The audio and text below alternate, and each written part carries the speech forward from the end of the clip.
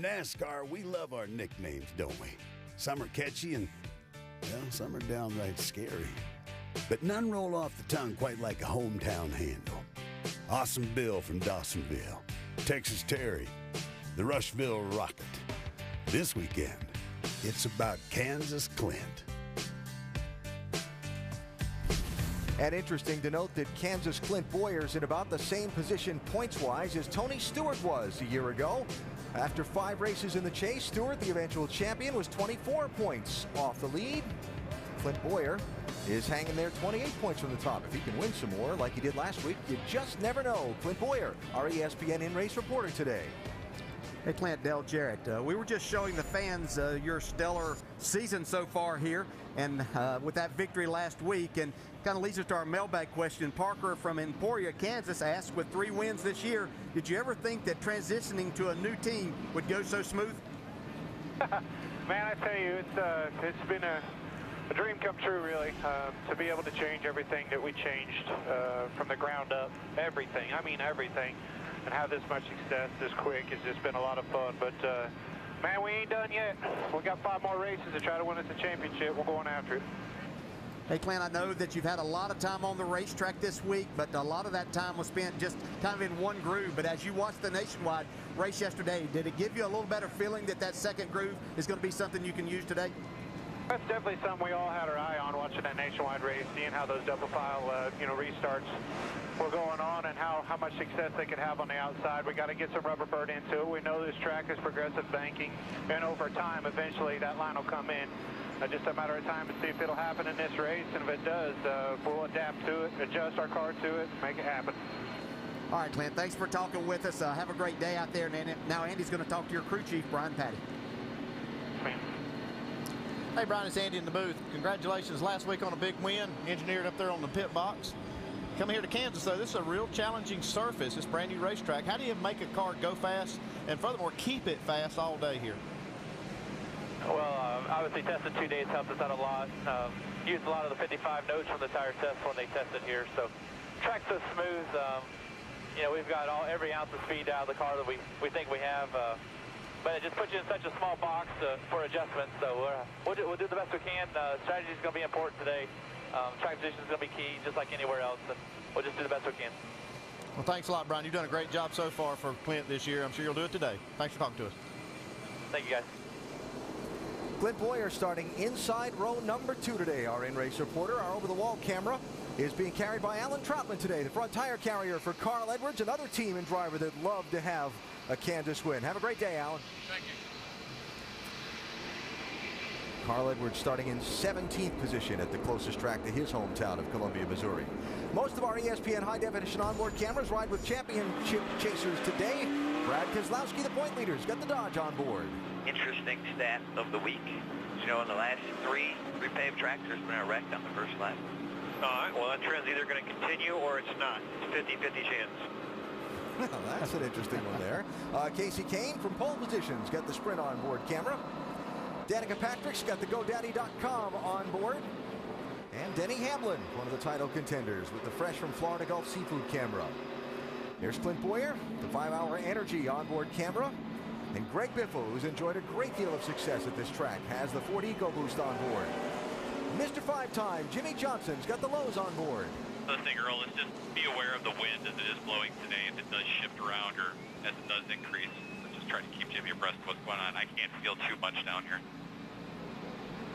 Another interesting thing to keep an eye on, and Martin Truex Jr., who led so many laps and came so close to winning here in April, has got the Toyota on board today. He'll be one to keep an eye on as we go through this race as well. So as the cars work the parade and pace laps today, we look again at the championship picture, beginning race 6 in the chase, with Brad Keselowski having half the lead over Jimmy Johnson that he did a week ago, just 7 points, and Denny Hamlin 15 back. Yeah, but I'm going to keep my eye on pole sitter Casey Kane today. I know the 3 analysts down in the pit studio have all said he doesn't have a chance at this championship. I'm not giving up. 5 of his wins have come from the pole, of those 14 that he has, and half of them, 7, were on mile-and-a-half tracks. Yeah, and I know that they've probably written off Tony Stewart, too, but he's my guy to watch. I know he doesn't have a great average finish here for the last 3 races at 18th, But the last 3 repaves, he's finished no worse than third. So I've got my eye on him today. That's a fascinating twist, too. So Tony Stewart, a lot of work for Tony, starting 33rd on today's grid. And for more stories from pit road before they go up to full speed racing, we check with Vince Welch. And Alan, when this chase started, Greg Biffle believed he was going to be one of those contending for the championship, but he had 3 straight races to open the chase outside the top 10. Of course, the guys in the pit studio promptly put a fork in him, and Biffle admits that it's a long shot as far as his championship hopes are concerned. But if there's a chance at all, Biffle and crew chief Matt Pusha know they've got to be aggressive on the track and on the pit box, and they promise they will be today. Doc Punch? Denny Hamlin's week in Kansas began with a destroyed race car after a near 200-mile-an-hour slide into the wall and a trip to the infield care center. But Denny rebounded nicely. He qualified a backup car in 9th position. And today, crew chief Darian Grubb said, you know what? This car Denny's in right now is not quite as fast as the other one, but this one may be more consistent on the long run. So we should be just fine. Here's Dave Burke. You just saw the graphic. Jimmy Johnson cut the lead in half after last week's strong run in Charlotte. But what about the other 7 points? Well, crew chief Chad Canals told me this morning they've got all the speed they need. They're right where they need to be speed-wise, and we know that they're a player in the fuel mileage game. Kansas Speedway may be all new, but the 48 has been here before. Jamie Little? Well, last week when point leader Brad Keselowski ran out of fuel mid-race, it was a perfect opportunity to point the finger at his crew chief, Paul Wolfe. But that wasn't the case. Instead, the two talked about it, learned from it, and they moved on. This is exactly what makes them a dynamic duo. They respect each other, and they share in making the race calls together. I expect to see more of that today as they start mid-pack in 25th. Alan? All right, Jamie, thanks. And before we get started with the Hollywood Casino 400 in Kansas, we remind you to check out NASCAR.com/RaceBuddy to watch coverage live today from Kansas Speedway by following your favorite drivers for free with 8 live camera views. So a couple of drivers have to drop to the back of the pack because they made engine changes during the official race weekend, not the test days Wednesday, Thursday, but from Friday onward. Jeff Burton, one of those who will go to the back. Danica Patrick also made an engine change and will drop to the back on these pace laps for the start. There were 6 engine failures during the April race here.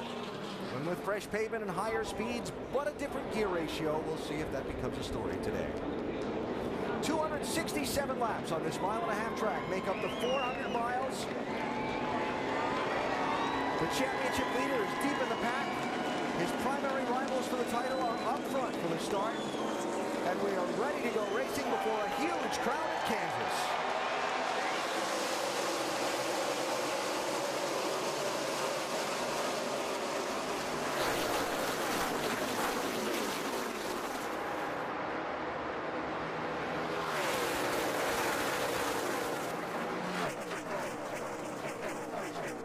Clint Boyer in that pink and black car did not get through turns 1 and 2 well at all. No, he had a big wiggle as he tried to exit turn 2.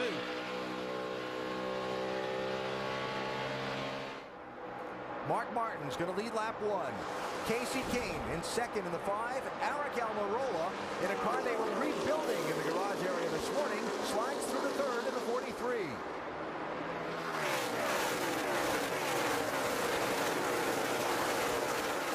Jimmy Johnson on the move, 48.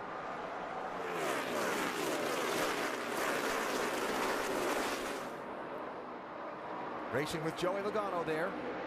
That's for 6th and 7th. And for 2nd place, again, Almirola.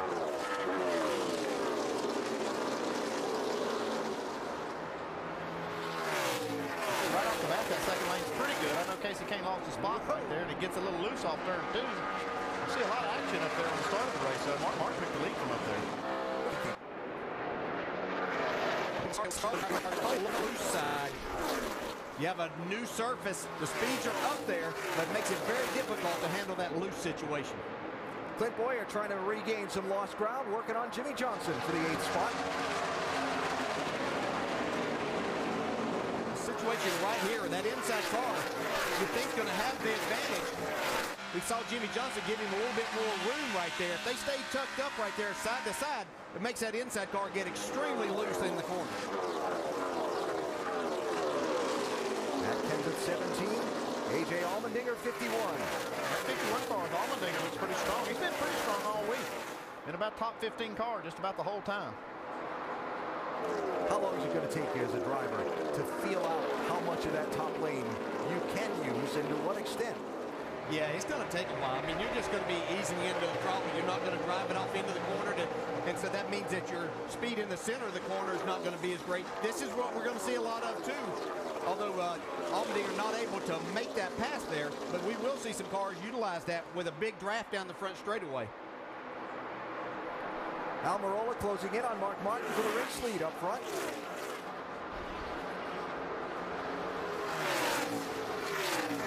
And Jamie, there was a big crowd around this 43 car just before it rolled off onto the racetrack. Well, there sure was. Right after they said, "Gentlemen, start," he fired it up and said, "I'm not getting any fuel pressure." He said, "As soon as I let off the throttle, it quits running." So they had engineers, everybody looking at it. Of course, they couldn't do anything to fix it. So we'll keep an eye on it, Alan. It's got fuel pressure now, Jamie. He just took the lead. Yeah, he solved the problem. He just doesn't let off the gas. 43 looks stout.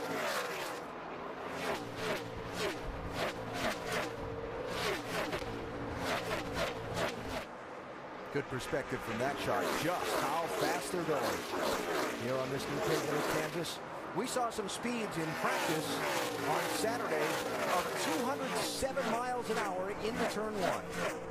Yeah, it's going to be the fastest part of the racetrack. You get through, if you enter turn 3 here, if you get back to the gas so early, these drivers are telling me way before the center of the corner. Therefore, you're carrying a lot of speed on the exit and corner. The flyover's the fastest part. There's well over 200. Sorry, Dale, there's your championship leader, Brad Keselowski, started 25th, settled into line, and he's trying to pick him off one at a time, Dave. I thought it was interesting in the pre-race, Brad talked about how Paul Wolf, his crew chief, and Brad believe in each other. Well, I'll tell you who else he's believing in right now. His spotter, Joey Meyer. Joey has been practically non-stop talking to his driver. Starting back that far, he's got lots of cars to pass, inside, outside, and he's been in his ear the entire first few laps of this race. Well, it was their radio we heard that stat on the pace laps about the early wreck. There is a set of one car running the middle lane. They're side by side. He's not moving backwards or forwards. It's the 48 beside the 17. They've been that way for 3 or 4 laps, just so you know. 5 back to the crowd. He was actually able to complete the pass on the 17 on the middle lane like the nationwide cars. 5 back to the 78.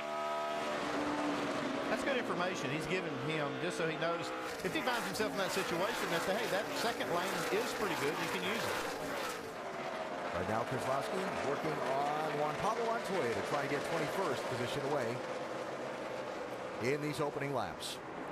Eric Almirola in Richard Petty's 43 started in 5th position.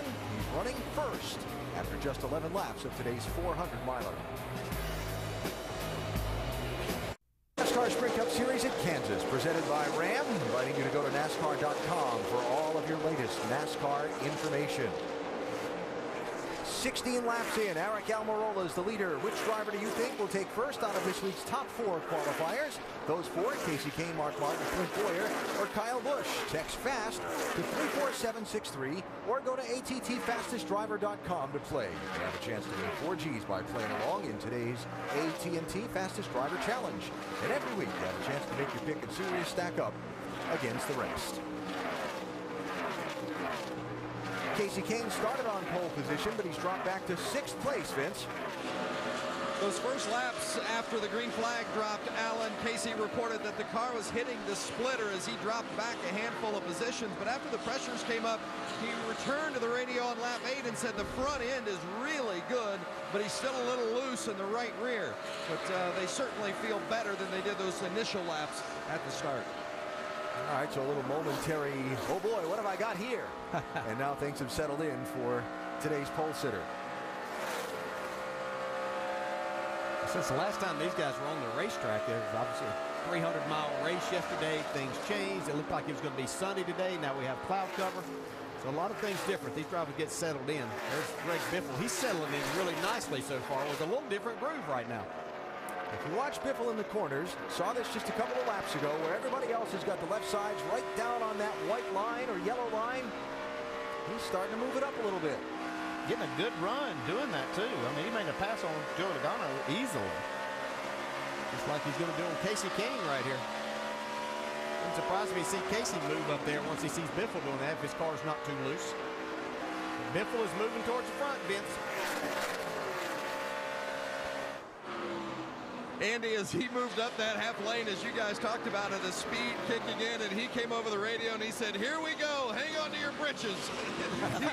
he felt it getting faster, likes what he's got right now. Matt Fuchsia, the crew chief there on the right-hand side of your screen, told me we were a lot better than 11th where we qualified. We've got a real fast race car. We believe we've got something to work with and can win this race today. It's a long way from over, but they're looking good early. Yeah, Dale, it's got to be fun when you're the first guy to kind of find that extra groove or that extra speed in another groove. Yeah, it is a lot of fun as a driver. You get that and start making some passes. You realize others are going to catch on because it's a group of smart drivers you're working with. And it's kind of fun. You just have to be careful. That's still a very narrow groove. You don't want to venture outside of there too far. Yeah, you're the first one up there. You figured out. We catch on. Put a camera on it. The spotters up on the roof all catch on. And they all see the lap times. And Greg Biffle certainly will have no lack of confidence here at Kansas Speedway based on past record. He loved the old track. He looks like he's loving this one too. His fastest car on the track last lap. So the Biff in 6th and rising. Looks like Denny Hamlin in front of him is starting to creep up and use that second layer of banking as well here at Kansas Speedway. Eric Almirola leading in the early going.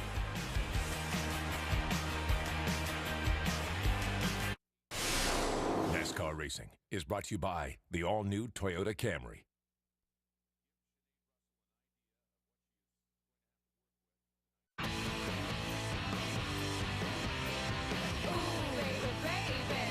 People all over the world depend on Toyota trucks to get them through, to get them over, to get them to the other side. Roads or no roads, everything we've learned out there has gone in here. Tacoma delivers power, performance, safety, and versatility. And it's the most fuel-efficient pickup truck in Canada. Year in, year out, one truck sets the standard. Tacoma. It's not a pub. It's Pinty's. Restaurant quality and the convenience of home. Our premium, fully cooked jumbo chicken wings. Sauce them, dip them, or enjoy them plain. Pinty's gives you all the ingredients you need to create a real pub experience at home. Just add the final game and let them enjoy the fun and taste of great wings. Pinty's authentic pub and grill chicken wings. Pinty's, making great food fun. Why would any guy give up watching sports to upgrade his headlights? Because Silver Star Ultra from Sylvania are brighter and let you see farther and wider. But more importantly, because of who's behind the wheel. The temper's overflowing, and there's a fight. Are you kidding me? Am I dreaming right now? It's going to be a drag race to the start-finish line. We've won it, we've won it, we've won it. I'm Daytona 500 champion, I can't believe it.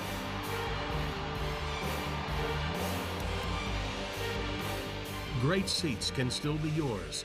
Call 1-800-PIT-SHOP or visit Daytona500.com. Make any glass of red wine even more special with the exclusive Curadori Wine Aerator. The latest member of the exceptional Curadori family, the aerator is simple to use, allowing more air into the wine so it breathes fully, enhancing the bouquet and the flavor. Get more from every sip with the Curadori Wine Aerator.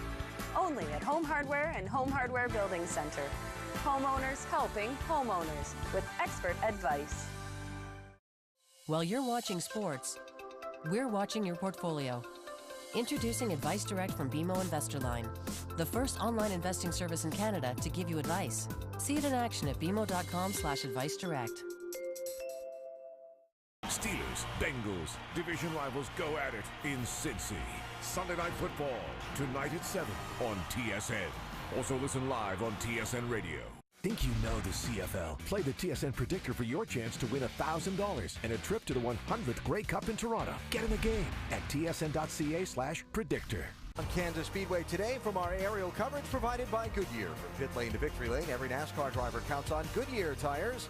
Goodyear, the official tire of NASCAR. And we invite you to stay tuned for NASCAR nonstop coverage during the second half of today's race, presented by Ram. Caution free so far at Kansas Speedway in race 6 in the chase for the NASCAR Sprint Cup. Still not quite 50 miles into the event. And after Mark Martin led the opening 6 laps, Eric Almirola blasted by him in that 43 car. And he's moved away from second place by nearly 5 seconds. Now, Jamie, when I saw this 43 car in the garage this morning, the right side was unpainted, undecaled, on anything. Well, they had what you could call a little issue yesterday in happy hour. Of course, Eric Almirola, you see him waving out the window saying thank you very much for moving out of my way. Had a little incident, was pushing it. They were so good in all the practice sessions. He ended up sliding up the track, got into the wall on the right-hand side. Thankfully for this team and this rocket ship of a car, we have a caution on the track, guys. Got one car that's gotten into the wall there. It looks like Casey Mears in the 13. Trying to get it around here. Brakes are done. Gotta go to the garage. Yeah, he's hit the wall so hard it looks like maybe broke the brake rotor. Which I'll have to put that back on and fix that before they go back out. Yeah, we're feeling the guys.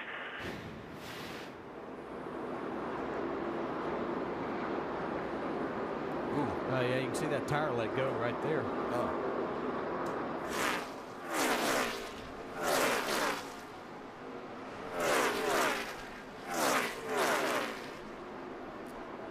Casey running in 31st position at the time. Boy, that's a hard shot. You can see it, momentum almost carried him back up into traffic.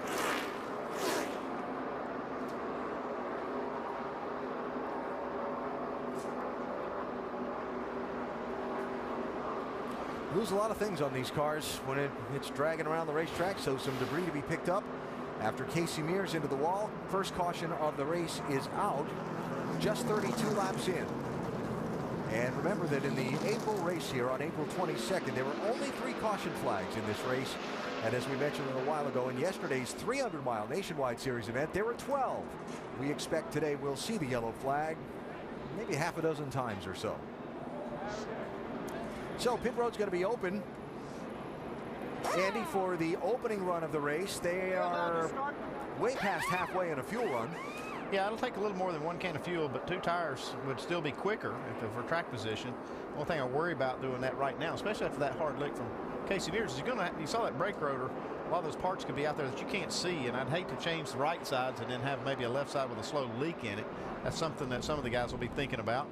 But it is still an opportunity to get 2 tires and get track position. Brian Patty, Clint Boyer's crew chief, told me this morning, you've got to play the game. And he meant this game, calling the race extremely well today if you're going to win this thing or have a good finish. Here they are, Doc. All right, Denny Hamlin's at the little edgy on entry, little free on exit, so they're going to make a 4-tire change so they can adjust the air pressure here on his 11 car. Fill it full of Sunoco fuel. Left side tires going on now. They burn. Kyle Busch gets up third for 2 right side tires and Sunoco fuel chassis adjustment. Tight race car. Jamie. Eric Almirola happy with his car. Right side's 1 can of fuel and he's gone. Vince. Mike Langenfeld changing the front tire for the 16 car after their normal changer was sick. It's a 2-tire change. Track bar adjustment just a tick free for Greg Biffle at the start. Going to see mostly just right side tires at the front of the pack. A couple of guys that made 4-tire changes. Going to give up a lot of track position under this first caution.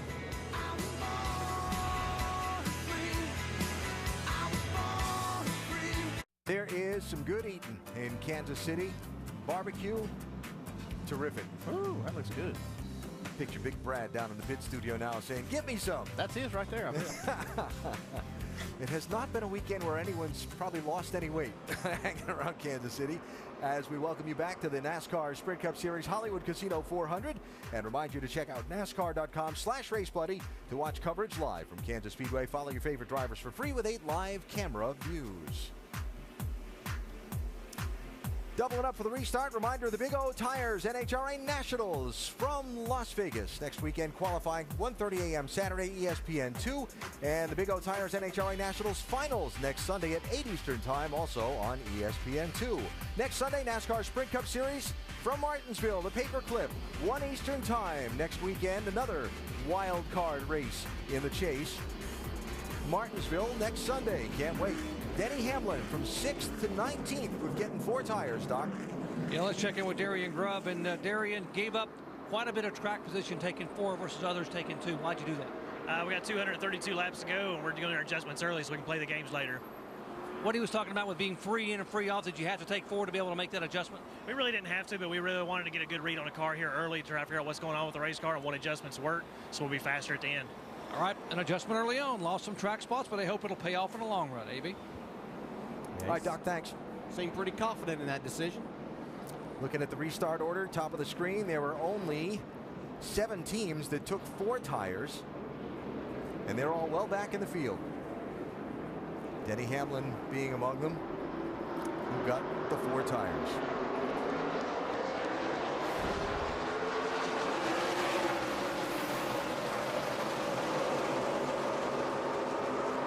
And Hamlin aggressive there, bottom of the screen in that black number 11, 3 wide, and gets a couple of spots into turn 1. Al Busch is trying to lead. Eric Almirola not wanting to give this spot up. He likes it out front. Whoa, hang on there, Kyle. Wow, that 43 is strong. Brian Newman showed a little muscle there on the bottom.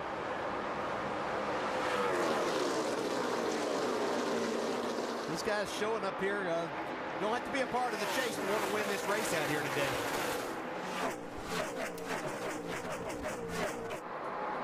Almirola clears Kyle Busch. Ryan Newman trying to work to the inside of Kyle for second. 39 car. We've had a little contact between the 17 and the 55. And look at this scramble. They're all over the place. 4 wide here. Oh, that's close. In fact, Mark Martin got forced out of the groove and then kind of caused a big scramble right there in that groove. Mark was running 6th. Here it is. It's just the arrow that we were talking about. We saw this a couple of times yesterday in the nationwide race. What looked like some contact, it was just getting right there. We're seeing these cars run closer together. And I'm looking going down the front straightaway. They're 4 wide. Wow.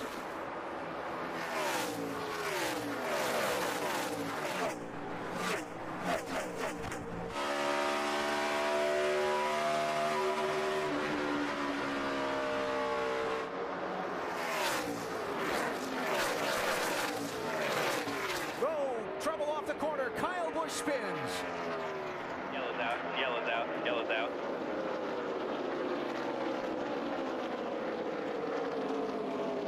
Think you got a tire down, just go right to your box. Leaders in 2.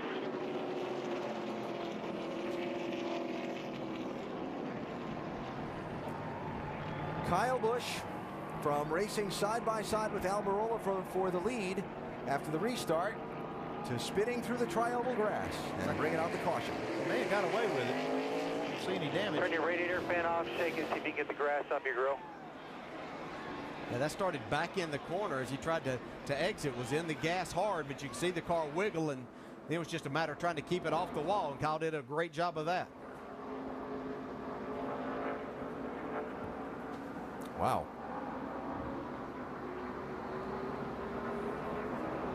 Mentioned this yesterday a little bit with these hard tires, and this is what has to be done with, I keep talking about a hard tire. It's not that they're too hard, but this is what has to be done on a new surface, or you're going to get into a blistering situation. But with them being hard, and especially now that the temperature has cooled off a little bit, when this thing slips just a little bit, the driver really can't catch up fast enough. You see that little bit of a wiggle, and then the next thing is the car is turning around.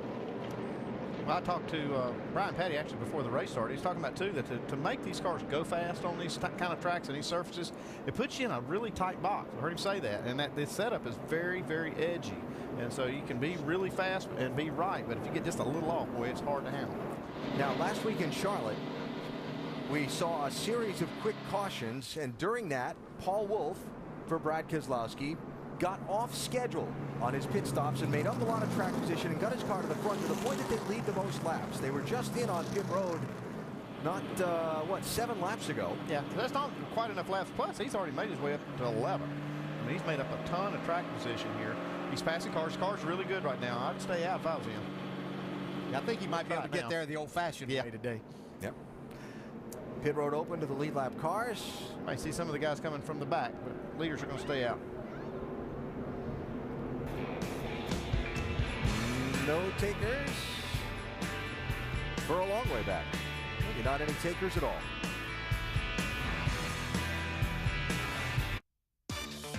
Want to play like a casino VIP?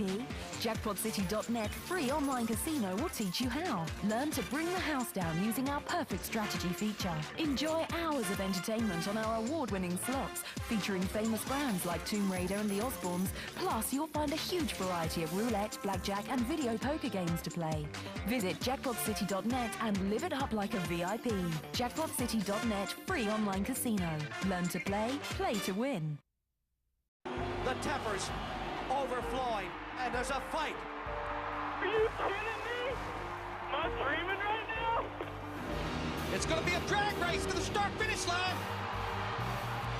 We've won it, we've won it, we've won it. I'm Daytona 500 champion, I can't believe it.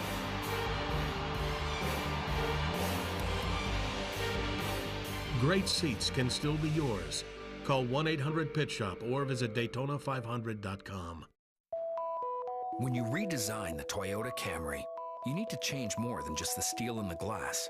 You need brilliant ideas, like a side mirror that improves stability, making the bottom of the car as aerodynamic as the top for remarkable fuel efficiency, or adding the world's most proven hybrid system for exceptional performance. It's no wonder it's North America's best-selling car. The redesigned 2012 Toyota Camry, made from 30 years of our most brilliant thinking. Rated T for teen. Timothy, it's me, your car. Guess what? I've left you for a crazy place where freedom is served hot. I'm a car, Tim, and I'm amazing.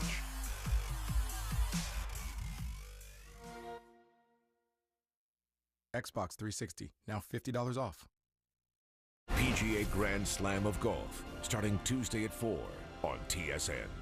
Every day, something unpredictable and outstanding happens in sports. SportsCenter takes you beyond the game with all the news and highlights and the most comprehensive insight and analysis in Canada. Day in, day out, SportsCenter delivers the perspective you need. From our ultimate insiders to the most exciting top 10 moments in sports. Our team has you covered. SportsCenter on TSN. Your game lives here. TSN's personalities take you beyond the final scores. Follow us at tsn.ca/Twitter. The going here in the heartland at Kansas Speedway. It's been a little bit of a wild and woolly race so far. In race 6 of the chase, Casey Mears hard into the outside wall in that 13 car, bringing out the first caution. Little pit strategy on that yellow flag, and then Kyle Busch bringing out yellow number 2, spinning from second place off of turn number 4 down into the trioval grass. Scott Speed, free pass on the first yellow, no free pass on the second caution. Our telecast today presented by Ram. And we come to the restart with Eric Almirola. On the inside lane, the race leader getting a good jump on Ryan Newman.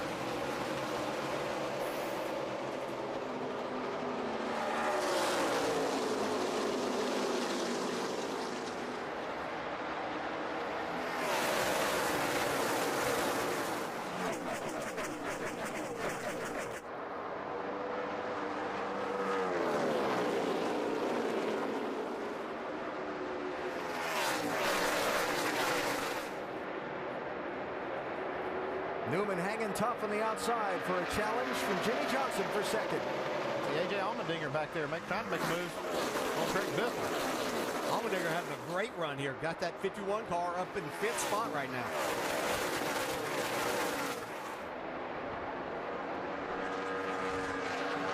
Casey Kane trying to make that higher line work. He saw Greg Biffle go by him earlier, and Biffle right in front of him. Logano thought Logano was going to look down a little lower there for 3 wide. Here's a couple wide behind him. Martin Truex Jr., 56, and the championship leader, Brad Keselowski, in the 2. That's 9th place that just changed hands.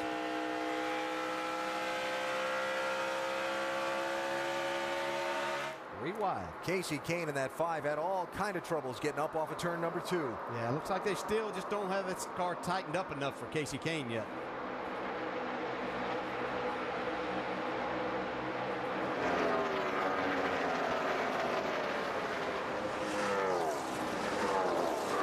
A lot of people talked to me in the garage this morning and yesterday about how critical restarts were going to be from behind the wheel. That because of the aerodynamics and the speed and the hard tires and all of the different elements that go into today's race, when you're doubled up for that restart and they wave the green flag, you must be aggressive and get everything you can as quickly as you can. Yeah, and it's the most tense moments as a driver. As you can see right there, Casey Kane getting a little bit loose again. Martin Truex trying to take advantage, going to the apron, trying to make this pass. Not going to quite get there this time, but really a tense moment. You're jacked up for this, the double file restarts. You know there's not a lot of racing room, but it's an opportunity that you really have to strike.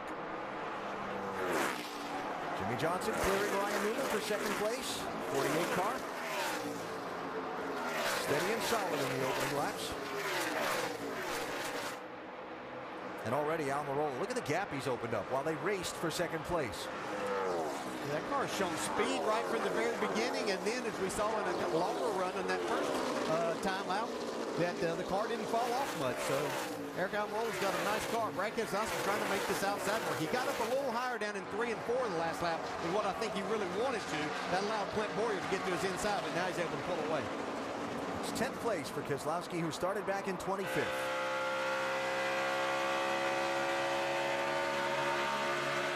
Seems like what I've seen so far, that second lane is a little better in 1 and 2 than it is in 3 and 4.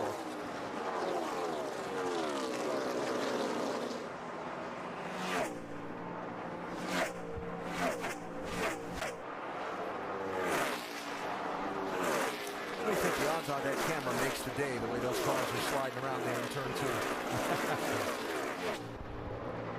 And we see these cars, yeah, keep inching up higher and higher too. Joey Logano 20, Casey Kane 5, 7th and 8th places. Logano's been really solid in this chase for the NASCAR Sprint Cup. No, not eligible for the championship, but he's got top 10 finishes in all but the Talladega race in the chase so far.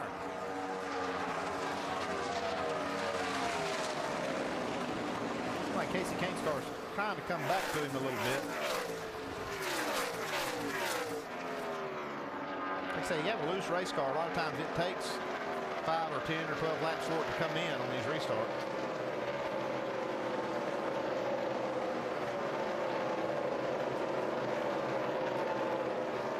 They work there for 7th and 8th. Up front, Almirola works to try and extend his advantage over Jimmy Johnson. As Johnson, now clear of Ryan Newman, tries to track him down. About to complete the 53rd lap of 267. In today's race, our telecast presented by Ram.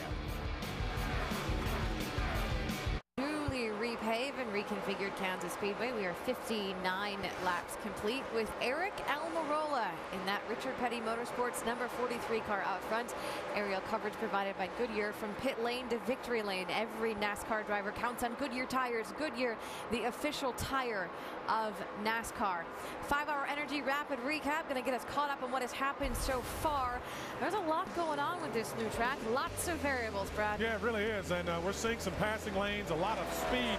Eric Almirola has been extremely stout, but guys really trying to figure out where they can get comfortable and run. Tell you what, this track is finally starting to come around. Like you talked about, the second groove is starting to come in. We saw Kyle Busch spin out, though, off at turn 4, which is a big surprise because the track looked good, and then he just lost it all by himself. There were some people who were afraid that this track would be a single groove track. So not the case. No, so not the case. A single groove on the track. Those guys are double wide on the apron. Everything we've talked about before the show is happening. We're getting too wide racing, but we are seeing some very loose race cars. Eric Almirola out front by nearly 2 seconds, but right behind him, one of the chasers. Let's get up to speed with them, Dave. 10-4 on the loose race cars. That includes second place Jimmy Johnson right now. He just radioed in to his crew that the car is loose, and the response back was all the way through. He says, well, when I'm exiting the corner and I'm getting fully on the gas, then it's fine. But other than that, 48 car is loose, Vince. Well, running in third place on the track is Greg Biffle. Biffle came into this race 6th in points, but he's been hot lately, gained 5 positions the last 2 races, and they knew they had a good race car again today, and Biffle has proven it. They did make a track bar adjustment on that first stop, but Biffle says it's real good right now. Doc? Running back in 4th spot, Matt Kenseth, not worried about winning a championship, pretty much out of it. They're worried about trying to run up front and win races. They changed 2 tires when they came in, and Matt says after air pressure out of the front, the car really loose on entry. Hard to get the car in using the throttle. Vince. Casey Kane started on the pole, but right now he's running 7th. He dropped back almost immediately. The car's been hitting the splitter at the beginning of the run, but then as the run goes, the car comes to him. Kane just radioed, we're getting a lot better right now. Casey Kane currently running 7th. Jamie? And Martin Truex Jr. started this race 16th, running 9th right now. Remember, back here in June, he was the class of the field. He led 173 laps, only to be passed with 30 to go and ended up 2nd. They're here for redemption. The car's been a little tight, but going forward, Dave. Great recovery so far for the championship leader, Brad Keselowski, coming into today's race. Started 25th, took on 2 right side tires on that first run. It was tight in the first run. This run, though, quite a bit looser, Brad has radioed in. Another one of those cars that's a little bit too free, Doc. How about Kansas Clint back in 11th spot? He grew up in the farm country of Kansas, and that's appropriate because right now Clint says this car is plowing. He said, I can't get in the corner. The car will not turn coming up off. Although basically he has now moved up to the top of the racetrack in turns 1 and 2. He said just now he is finding some more speed up there. Now back behind him as far as chases are concerned, Denny Hamlin, who was running 6th, took 4 tires, restarted back in 19th, and now has gained a couple of spots. Denny's issue right now is that the car is just too loose to run up high. They told Denny, you can move the car up a little bit, we can get more speed. He said, I can't get up there right now. I am just very loose. Jamie. And Jeff Gordon started this race 19th, running 18th right now. Before the last stop, he said he was a little tight on throttle, and when they came in, they took right sides and fuel. And then his crew chief, Alan Gustafson, said, that was my fault. We should have taken fuel only. Right now, Jeff Gordon's saying he has a little bit of vibration, and he's lost some grip, Vince. Tony Stewart qualified 33rd, didn't get a good qualifying lap, so they knew there was going to be a big challenge for them making their way up through the field, especially with this narrow groove. Cars started tight. They put a spring rubber in the right rear on that first stop, and Tony says right now the front end just is not working good enough. Whether or not that's something that's aero related or car related, they're still trying to figure that out. The 29 of Kevin Harvick, he says it's just way too loose. They did come in and top off earlier, so they've got about an 8 or 9 lap advantage from that perspective on the competition. They say their cars are better than what their finishing results have been in the chase. Still haven't scored their first chase top 10. Nicole? 6 chasers in the top 10, but they are all chasing one driver, and that is Eric Almirola, who at this point in the race has been out front for 61 laps. We're at lap 69 with green flag pit stops. Coming up, more from the new Kansas Speedway coming up in just a few minutes.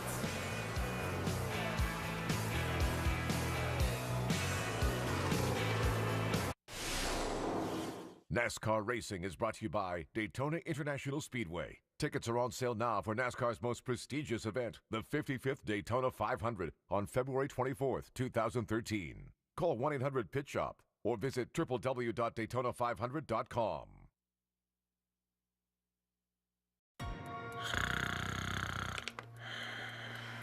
Honey, wake up. You're snoring. It's really bad tonight. You need to go to the couch. Are you sick of being kicked out of your bedroom because you snore? Fed up with having to sleep on the couch every night? Then you need Pure Sleep, the #1 selling snoring solution in the world.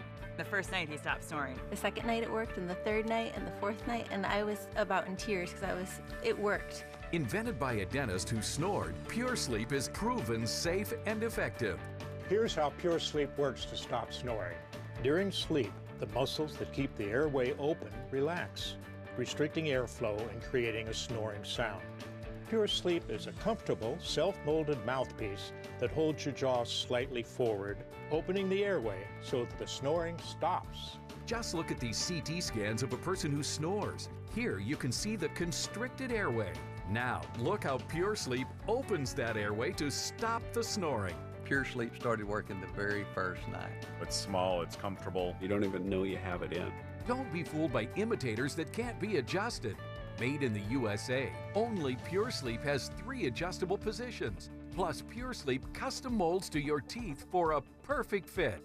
Pure Sleep is guaranteed to stop your snoring right away. To prove it, we'll let you try it for 30 days before you buy it. All you do is cover the shipping and handling. Plus, for a limited time, we'll give you a second Pure Sleep with travel case at no additional cost. So act now. It was just like our lives changed overnight. We don't have the Pure Sleep. He's on the couch. So don't let snoring get you kicked to the couch. Kick snoring out of your bedroom with Pure Sleep. Call or visit trypuresleep.com right now. Indulge in this delicious color? No question. With Natural Instincts, I get gorgeous color without all the guilt. With aloe, vitamin, and antioxidants, it's clinically proven to be less damaging. Indulge with Natural Instincts. Less guilt, more gorgeous. Playing a Dangerous Game premieres Friday at 8 on TSN. And here at the Kansas Speedway, for trouble in turn number 3, A.J. Allmendinger's car about to be towed away after a very hard impact. You see A.J. is out of the car and okay. Watch that red and white 51 car. Just as he's entering 3, right front tire lets go. Hard impact into the wall, but he is out of the car and okay. Yeah, one thing though, he felt something, it looked like earlier, and he had slowed down some down the back straightaway, so maybe it wasn't quite as hard as it could have been. Fortune had a really, really good run going to this point. Odd. Casey Mears had a right front problem in turn 2 earlier, and now Allmendinger's, and both were after 31 laps of green flag racing. Coincidental, but just odd.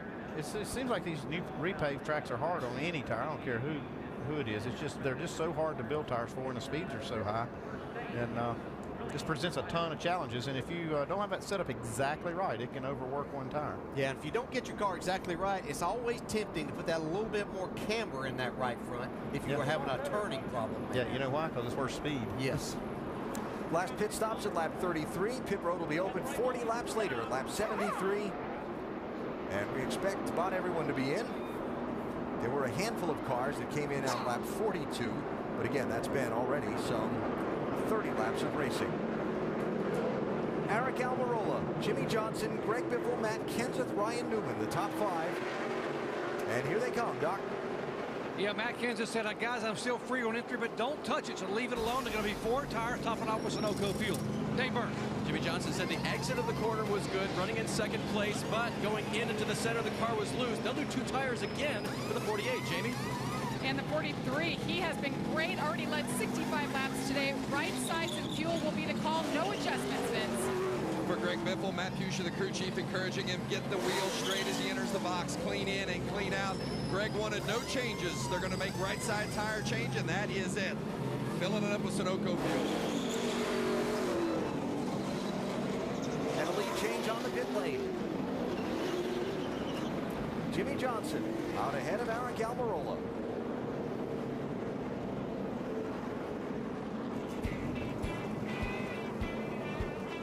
Another strategy session on the pit lane under caution here at the Kansas Speedway. And the leader in control of the restart will be the 5-time champ, Jimmy Johnson. Our telecast presented by Ram. We are going racing in one more lap. Check in on how our drivers are doing in AT&T's Fastest Driver Challenge. Out of the top 4 qualifiers, Mark Martin running closest to the front. Remember to text FAST to 34763 and play AT&T's Fastest Driver Challenge, or visit AT&TFastestDriver.com. You can have a chance to win 4 Gs just by playing. So pit road didn't go quite as smoothly for everyone on this round of pit stops. Tony Stewart will be at the back of the field for this restart. He had a little passenger when he left the pit lane. The crew forgot to get the wrench out for the wedge adjustment they made. Have to come back and get it out. Feel free at any point, guys, to get your heads out of your asses. Well, there you go. Law speaking. Yeah, he would have started 16th on this restart. That hadn't happened. And right there with Tony at the back of the pack will be Greg Biffle in the 16 car, who came off the pit lane 4th, but was speeding exiting the pit lane and will go all the way back to 31st position. First pit road speeding penalty of the year for Greg Biffle.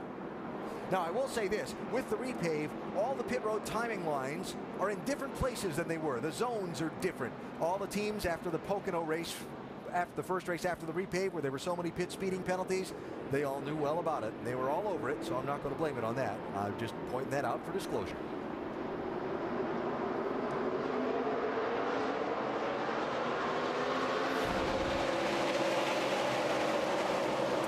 Big jam on the restart. Almirola had trouble getting going in the 43.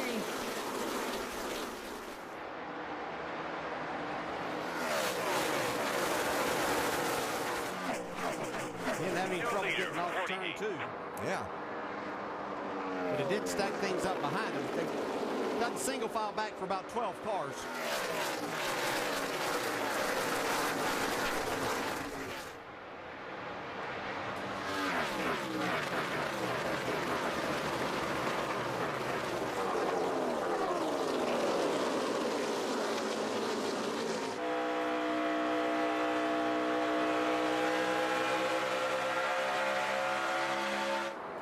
Brad Keselowski, the championship leader, back in 16th position.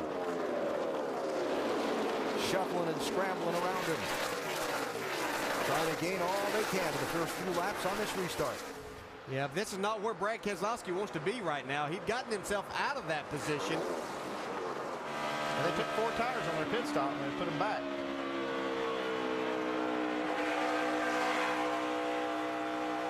Carl Edwards with a big run there. How about that strategy with the 2, Dave?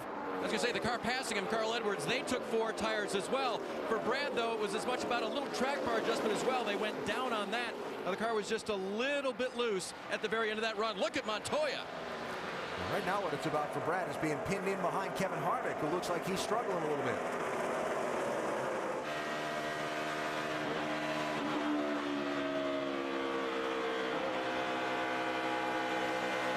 Look at the back end of that 29 car twitching around. You can see Harvick really having a tough time with this car. Like the 2 is going to get by him here. Kenseth also got 4 tires on that last stop, and that put him back in the pack a little bit. Trying to make up some ground, as is Kyle Busch, who, remember, was running second when he spun out and went all the way back to 33rd a few laps back at lap 40, Dave. Allen had made his way up to 22nd and gained another 10 positions on pit road when they didn't change tires. They just took on fuel, made a slight adjustment for a car that was tight in the front end, but that no tire change is costing him right now. Yeah, I'll tell you, when you put fuel in and no tires, always going to make you a little bit loose on the start. You see Kyle really fighting this. And Andy, what we've seen, I'd be a little skeptical of not putting right sides on. Well, I would do it. Since we've seen a couple of problems already, I would really want to put right side tires on my car every time I got a chance. Just so I wouldn't have the most laps on mine as we go through these cycles.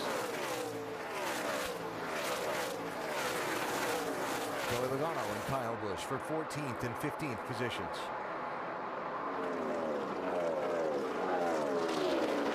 Jimmy Johnson out in front. Eric Almirola there. Now clear of the traffic, trying to chase him back down in second. We've just gone back racing from the 3rd caution of the day when A.J. Allmendinger had a hard contact. We have trouble off turn 4. Jeff Burton. And Burton tagged him off pretty good off turn 4. Caution is out. Right front fender damage, y'all.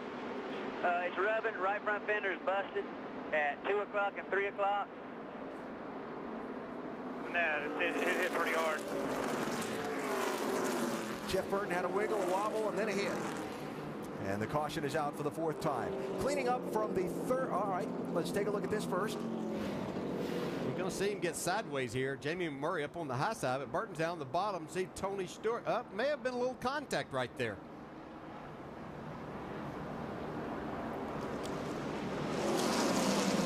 So this is the 4th yellow. The 3rd yellow involved A.J. Allmendinger, who has come from the Infield Medical Center.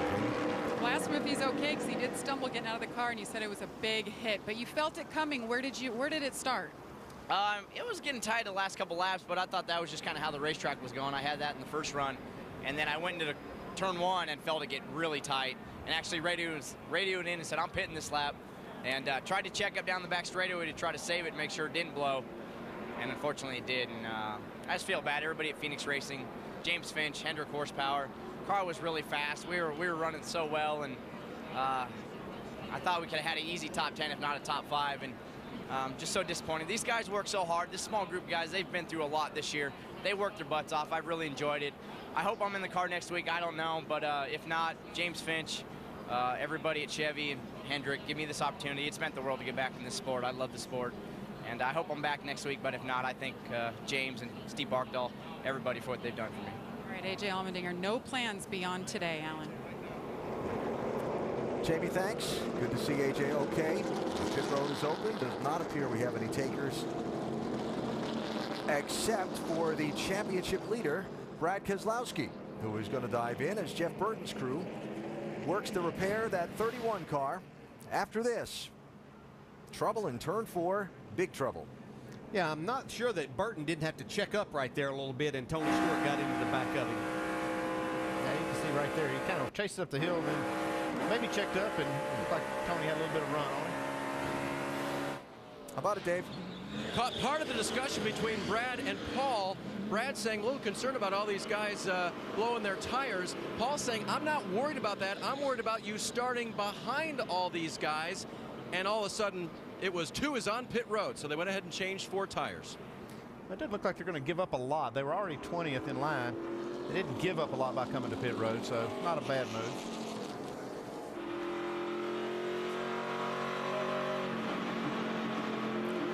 So championship story on the day so far. Brad Keselowski started 25th, worked his way up into the top 10, then got shuffled back by some strategy on the lap 73 pit stops when they took 4 tires and a lot of other people took fuel only or just right side tires, and now is pitting again here and is going to go to the back of the line. And we still have 32 cars on the lead lap.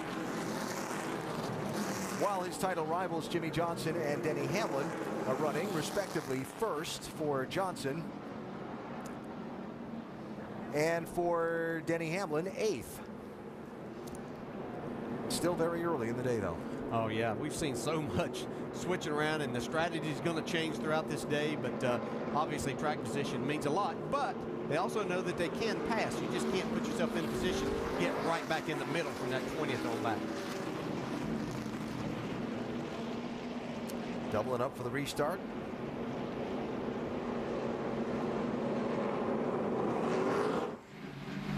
With Jimmy Johnson in command of this restart and saving some fuel along the way. Let's take an inside look and get unlimited access to the NASCAR Sprint Cup Series, brought to you by the NASCAR Sprint Cup mobile app and truly unlimited data on the Sprint Network. Jimmy Johnson has turned the fastest speed today. Check this number out, 182 mile an hour average, well in excess of 190 miles an hour into the corner. Get unlimited access to NASCAR with live in-car audio and real-time stats on the NASCAR Sprint Cup mobile app only from Sprint. Get the app and Sprint's truly unlimited data plan at sprint.com/speed. Restarts have been pretty interesting so far. Yeah, and this one could be one of the most interesting. You've got some heat in your tires, but they've cooled off. Really easy to spin your tires right here, get things really jammed up and have a problem on this front straightaway. So Almirola in that 43 car spin his tires on the last restart, but everybody got away with it. Easy to start one of those accordion crashes in the field, though, when they're all bunched up like this.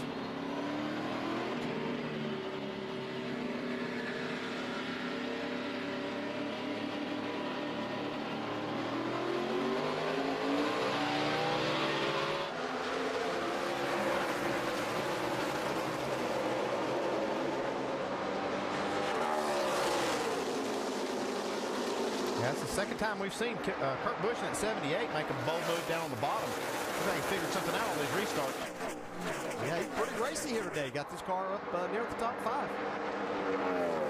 Mark Martin 55, Clint Boyer 15 for third, while Almirola tries to press Johnson for the race lead. And here's Kurt Busch again, looking for that apron.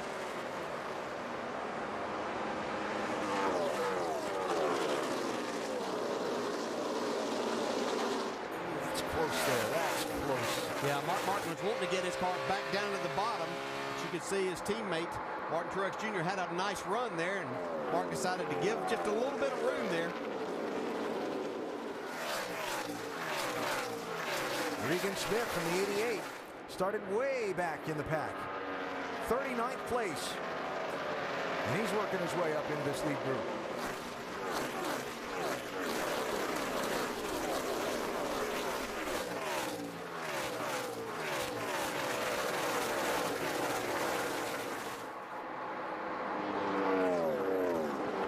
Sitter Casey Kane there in that 5 car still has his hands full, this race car, especially on these restarts, but it looks even more so this time, almost like he's got a tire down. Giving up a spot to Marcus Ambrose. Ryan Newman, now Kyle Busch to his inside. Vince?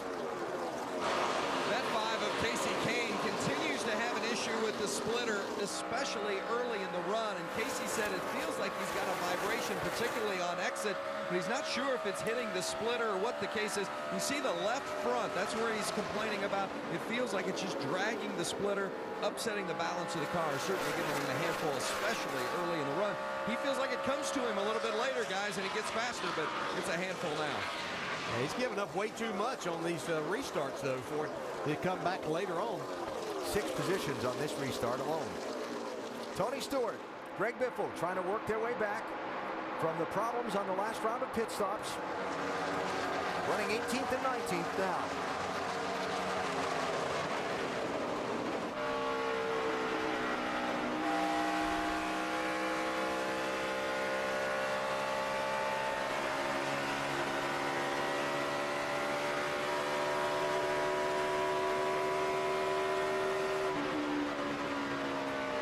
They were 31st and 32nd on the restart after the 3rd caution.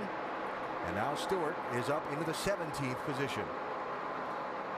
Just shy of 150 miles today at Kansas Speedway. The NASCAR Sprint Cup Series presented by Ram. Jimmy Johnson is out in front.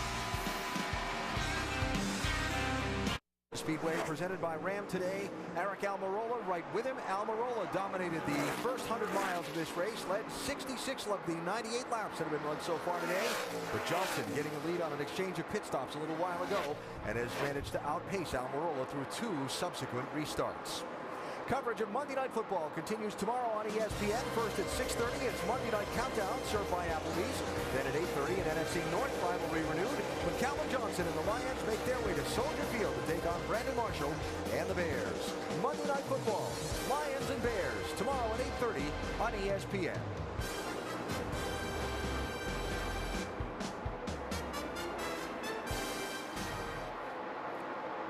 So the 5-time champ, Jimmy Johnson, out in front of this race on the newly resurfaced, slightly reconfigured Kansas Speedway. Johnson coming into the race 7 points behind Brad Keselowski in the championship, 7 positions on the racetrack. And right now Johnson is running first. Keselowski is running 24th. Yeah, it looks like he's just riding a little bit. He made that pit stop to get 4 tires. I don't know if they're just trying to be in defensive mode here. They saw a couple of those tire failures. Thought maybe they'll just ride a little while. We'll keep an eye on him here and see if he picks it up, if he gets close to being a lap down, but he's not nearly up to pace right at this point. Denny Hamlin running in 11th position. The old as they run.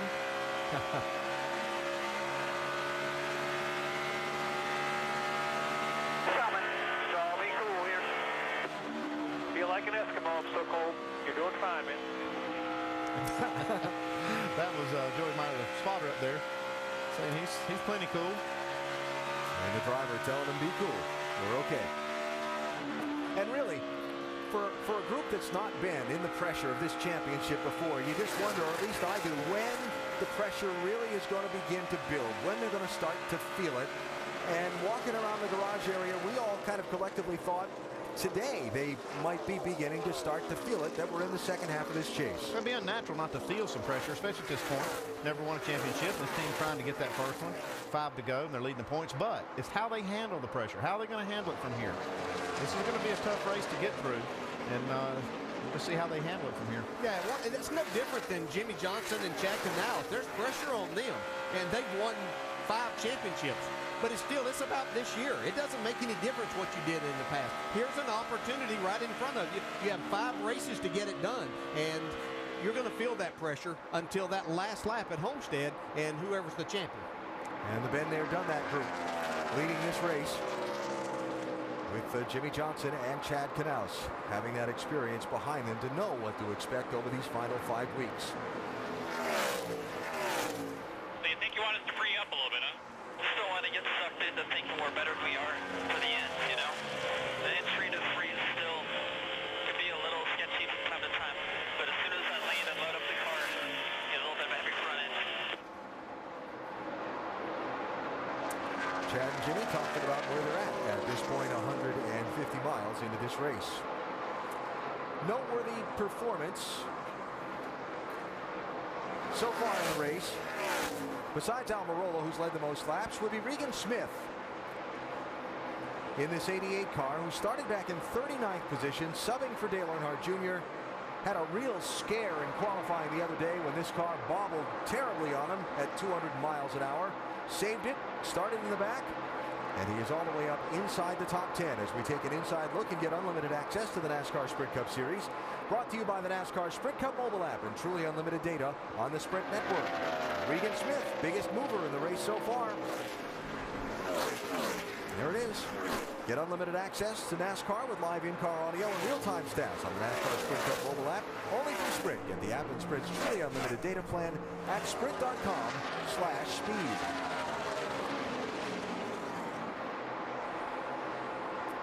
Dave, they have to be pretty pleased so far. AB, I've got a theory. Quick review. Who's leading the race? Jimmy Johnson. Jimmy Johnson. Okay, the seat in Regan Smith's car is an exact copy of Jimmy Johnson's. The shell, the insert, everything except a little lowering of the headrest is exactly the same. So that may be why Regan's running so well. His car wouldn't turn before the last stop on lap 73. They put on 4 tires, adjusted a little. At this point, he's reporting he needs a little rear grip, but you could say he's driving like a champ right now for a good reason. Oh, very nice. So if he gets off a little bit, Dave, they need to put some more padding in the seat instead of a little wedge. And he's got a 4-time champ right behind him, Jeff Gordon. They talk about Regan Smith, confirmed before the start of the race today by Rick Hendrick that Dale Earnhardt Jr. has been cleared by NASCAR to return to competition next week in Martinsville. So now Regan is of an uncertain future in the NASCAR Sprint Cup Series, although the rumors continue to persist that we will see him in the NASCAR Nationwide Series next year, perhaps competing for the championship there. I know there's only so many really good rides out there, but this is a driver that has a lot of talent and deserves a first-class ride just like this is. He's proven he drove into the top 10 last week at Charlotte before the engine expired. He's done a nice job here today. He has a lot of talent, and with the right race team, he could challenge and win races like we saw him win the race at Darlington back a couple of years ago. Jeff Gordon going to try and pick up a spot on Regan Smith here. That'll be 8th position. Jeff Gordon is a car that certainly is showing more today than he did in any practice yesterday. They worked a lot on the car, made a lot of changes. We're not very happy with what they had, but that's a good showing going so far.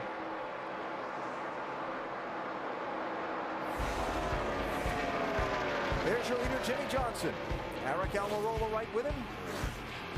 Under the green here at Kansas. A little bit of a long green flag run here at Kansas, and so it's about time for the pit crews to go to work again. Some have had more work to do than others during the course of the day. Kyle Busch's team, after that spin through the grass, having to tune him up, and Brad Keselowski's team with the 4-tire change, an extra stop, if you will, a little while ago that put him back in the pack and gives him a little further to run on this green flag than some of the front runners like Jimmy Johnson. There's the race for the lead, 48-43. Johnson and Eric Almirola. Impressive drive for this 43 team today. Richard Petty Motorsports announcing here this weekend they'd re-sign with Ford for next season rather. And race leader going to hit the pit lane. That transition Rusty was talking about on NASCAR Countdown that's a little abrupt on a green flag stop. And Jimmy Johnson just made the turn, Dave.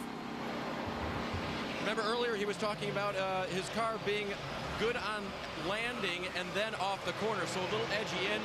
They had a wrench in their hand earlier, the crew did, so as he gets 4 tires, you'll see wedge adjustment in the left rear of the 48 car. This all happening on lap 119 for Jimmy, and he leaves. Jamie. And Mark Martin in the 55 getting his call down pit road. Too tight is what we're hearing. Up and down pit road is the problem. As the run goes on, they get tighter. 4-tire call here for the 55 of Mark Martin. He's had a great car today.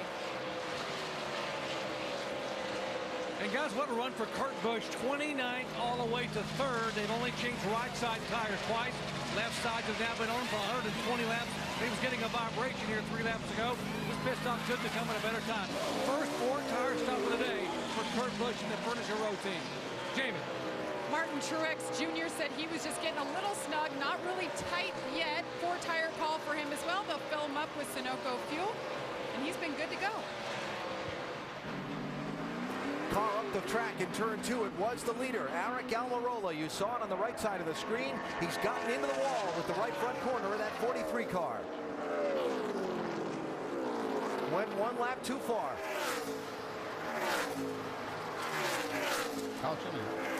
And the caution flag for debris from the 43 car. That's a tough break for that team as well. Great car. Can catch a lot of guys, though. It just made pit stops.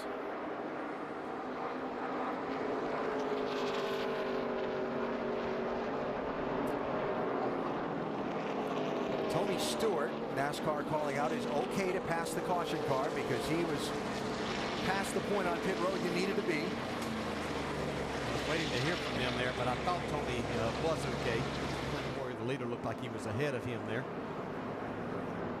So again, a 3rd time today, a car seems to have trouble on the right front.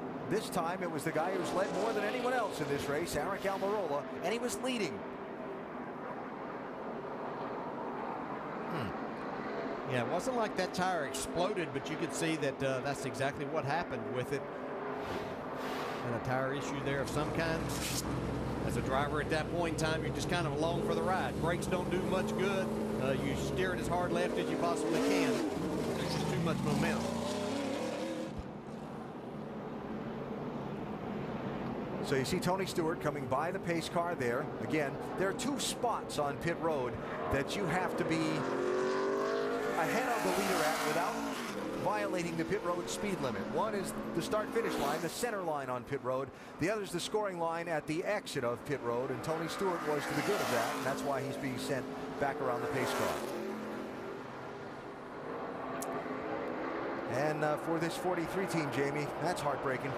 Well, it is, Alan, and we started telling the story earlier before the caution came out, but he got into the wall yesterday in happy hour, and that's why they were working on the right-hand side of that car, so they had a lot of cosmetic damage already, and now it looks just like it did yesterday.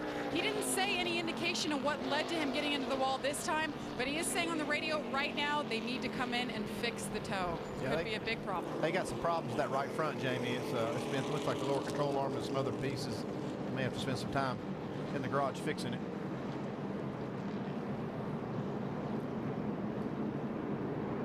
So, 5th caution of the race, and 3 of them for right fronts going down significantly into a green flag run. And part of Casey Mears, A.J. Allmendinger, and now the leader at the time, Aric Almirola. The other 2 cautions, the spin by Kyle Busch while running 2nd, and Jeff Burton getting turned into the wall off of turn number 4. We talk about how quickly things have changed. Didn't we just show a while ago points as they run, which means nothing yet, but Jimmy had like a 20-point lead over Keselowski. Well, now with Jimmy making a pit stop, he would be back in 3rd spot, 19 points behind. So that's 39 points just in a matter of a couple of laps. And that whole picture will change again after these pit stops and wave arounds and a few other things that happen. Kansas Clint comes in as a leader, right side tires. They've only changed right twice. They're going to come around this time for the first time today and change all 4 tires. Dave. Fourth place Regan Smith. They're going to fix the exit with a track bar adjustment, and because the fuel is going to take 11 seconds, they're going to take 4 tires. Jamie. Jeff Gordon just said, I don't know what I just hit, but something in the front end. So they're going to take a look at that. 4 tires and fill it up with fuel, Vince. Greg Biffle, bottom right of your screen, a 2-time winner here. He's been real fast, but he had a pit lane speeding penalty on the previous stop. Says it's starting to get a little bit too tight. He made a track bar adjustment, 4 tire change.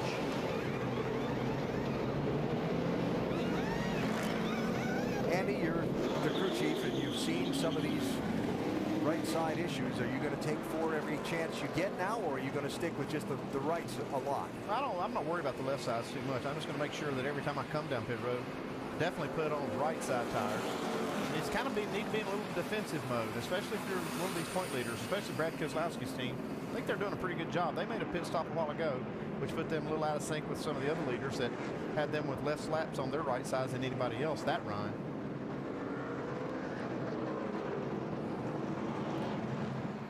Jimmy Johnson now is back in 24th. The 43 did hit the wall, boss. There was some debris in 3. I think he hit it. He hit these walls every racetrack we go to, and they don't throw caution. Chad Knaus. A little frustrated. They didn't need to see the caution for sure right here, but it did need to come out. So the running order shuffled up as of a result of the caution coming in the middle of a series of green flag pit stops. Clint Boyer was the race leader at the yellow flag, and he's our ESPN in-race reporter today. Clint Del Jarrett, you with us? Okay. Well, it looks like you've got a pretty good day going so far. I know it didn't get started off the way you wanted, but looks like your car's a lot better now.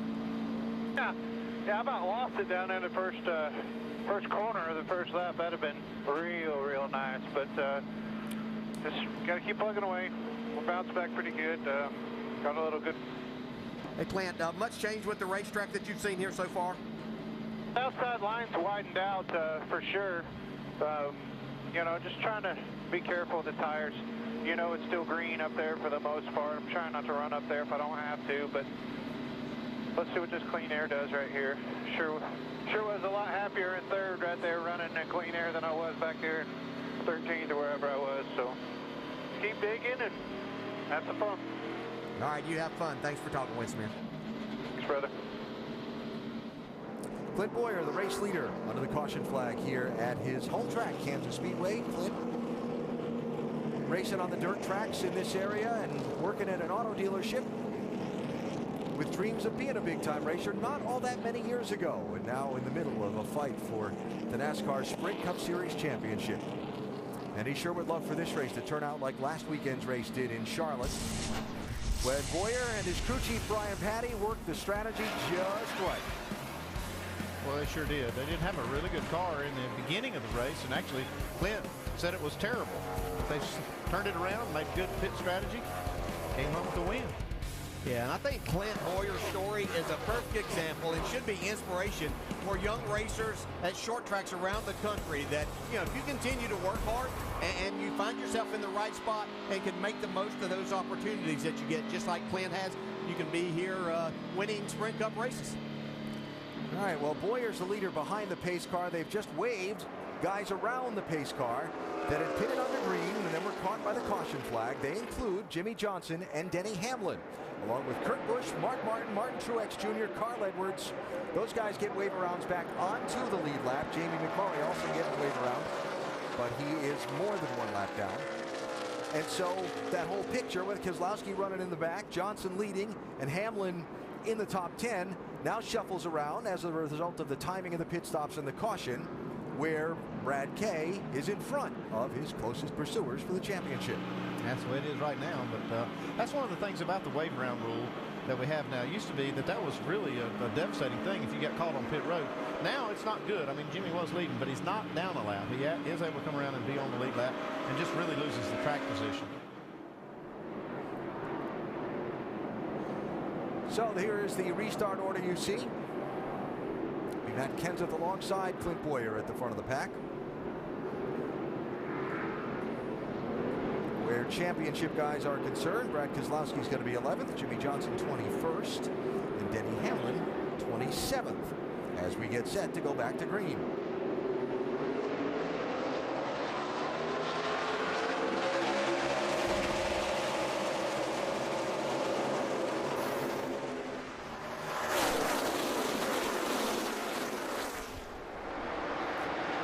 Matt Kenseth with the run around the outside, up into the lead.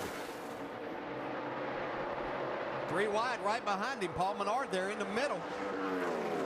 Bill just blast by him. That 16 has been fast today.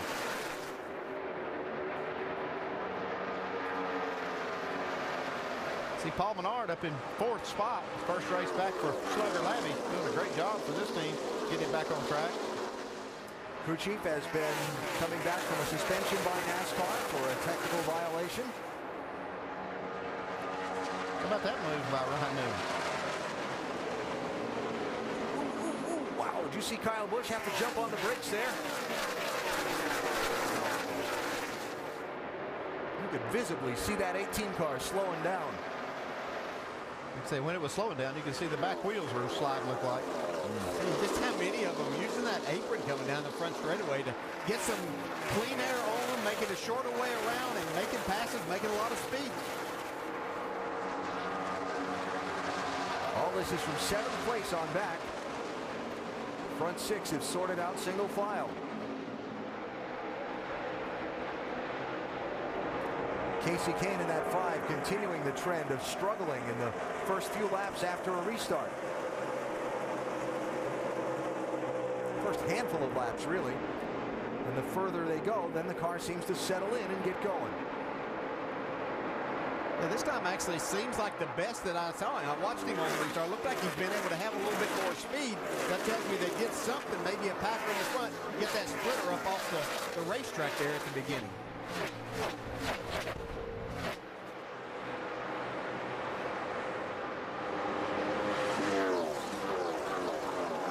Marcos Ambrose in the 9. Kyle Busch in the 18, racing there for the 9th and 8th positions.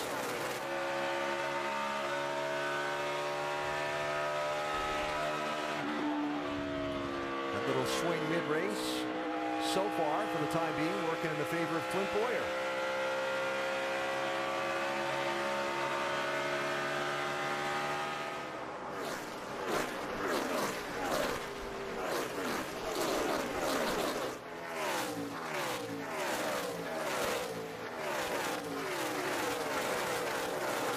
Jimmy Johnson, well back in the field, racing with Trevor Bayne for 20th place.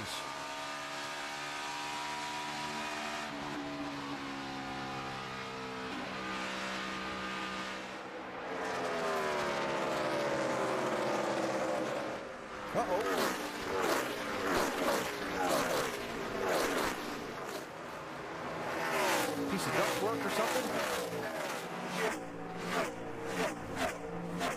Tell what that was. Yeah. Didn't seem to do any damage to the 17 car when hit it. And we've come to halfway. And Matt Kenseth is going to be your halfway leader. We check on Tony Stewart, who is back in 15th place, Vince. Well, it's been a bit of an adventure for Tony Stewart today, trying to get that car to handle as he started 33rd. You see him up to 15th. And they also had an issue just this past time on the yellow with their right rear. Take a listen.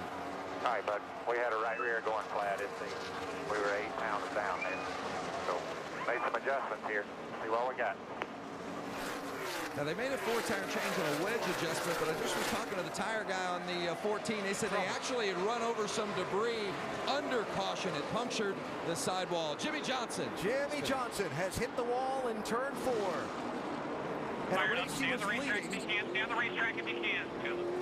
A race he was leading just moments ago through a turn of events that put him back in traffic, has put him in the wall.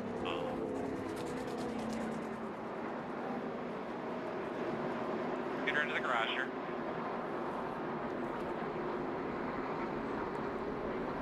I noticed Jimmy there as we showed him it back in the pack. Looked like his car was extremely loose in that situation where he was having some difficulty in trying to make passes. All right, guys, we're going to need a deck lid.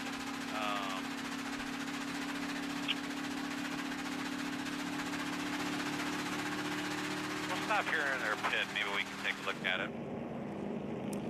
Chad Knaus looking at those pictures from us. I just and trying to get a look at his race car. And let's show you what happened to Jimmy Johnson, running 20th at the time. Boy, he just swapped ends on him. And when you're back in the pack like that, I mean, your car just does not drive like it did when you were up in the first part of the field and maybe even up the lead like he was. So yeah, you're trying to make up some time, trying to get yourself back up there, make some passes. We saw Jimmy being very loose down in enter turn 3 yesterday. That thing just went snapping around. Hang on, baby. You see, he was really trying his very best to keep it out of the wall. He got back in the gas, trying to get the tire spinning enough to keep it down and not back into the wall. Wasn't able to accomplish that, though. Once again, just telling you, with this tire being so hard, and Andy, you were talking about having to run these cars on the edge, doesn't take much once it starts to get out from under you to get away from it. And the 48 car on the pit lane now. Just carry so much speed through the middle of the corner. They're carrying almost 180 miles an hour or better. You're ready to roll. Go, go, go. Slowest they're going. Well, pit road open for the leaders. Most all of them are staying out. But the big story at this point is that car coming at you off the pit lane. Jimmy Johnson, just 7 points off the championship lead starting the day. And into the wall, just past halfway today here in Kansas. He was leading the race just a little while ago. Now Chad Canals and company have some work to do to fix that up. We go NASCAR Nonstop, presented by Ram. As you have watched during NASCAR Nonstop, the continued repair efforts by the 48 team on Jimmy Johnson's car. After the somewhat shocking turn of events here that has changed his picture on the story of the day today. 200 miles into this race. Just before it, Johnson's the race leader. Now he's got a torn up race car. He does have that, but they've managed to do a lot of work here and make some nice repairs on this car. I don't know what it'll drive like. We'll have to see that, but man, how quickly things can change. So here's how the whole sequence went down. Jimmy was leading here at lap 119. He got the lead earlier in the race on pit road, held on to the lead through a couple of pit stops and restarts, came from the pit lane, from the lead to the pit lane, and just after his green flag stop, Eric Almirola hit the wall, dropped debris on the track, and brought out the caution flag. That set Jimmy a lap down. He took the wave around, restarted in 21st, and then running 20th, had that crash in turn 4 that's put us in the position we are right now. You can see just how bad that back end of that car was, but it looks nothing like that now. They've taken the hammers and everything else they could to it, and from just looking from a distance, it looks reasonable here. Actually, it looks pretty good. I mean, for what it looked like. So far, you got to hand it to them. They just got to make sure that all these things stay on the car. Dave's got a close look there. Yeah, one thing that NASCAR is asking him for is a piece of structural integrity. I don't think I saw him put it on there, but they were talking about having a piece of metal put on the back. So even though they're making the repairs out here on pit road, NASCAR still checking it over to make sure it's safe for Jimmy and for the rest of the competition.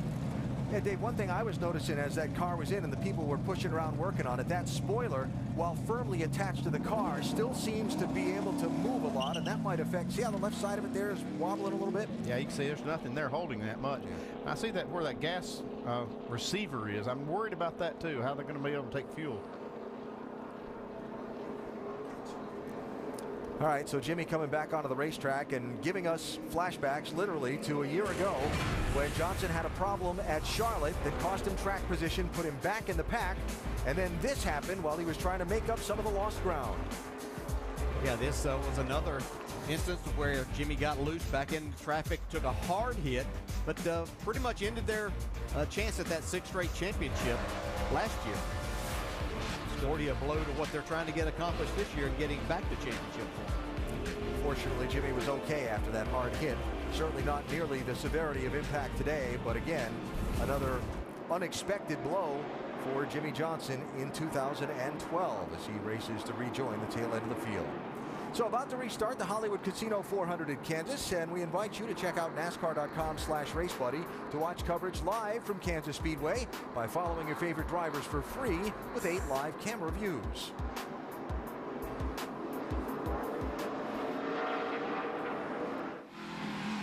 I'm looking at it on TV, Jimmy. There's nothing wrong with that thing. Nothing. You might just have a little trouble looking out the rear window. 10.5, let me. Well, that's optimistic for sure. Well, Jimmy can't see that. No. What Chad wants him to do is drive hard. They've got to make some speed here if they can. I was just looking at that, Andy, to see if they were going to have any trouble getting fuel into the car or not. But it doesn't look it. Yeah, that whole area right there is just not good. Well, still got 126 laps to go as we go back green. Matt Kenseth is the race leader.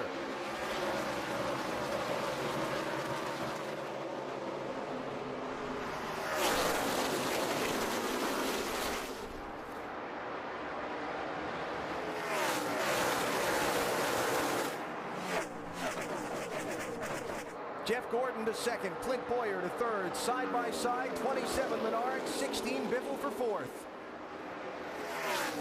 I don't believe any turn three. Oh, got a car on the wall, Bobby Labonte.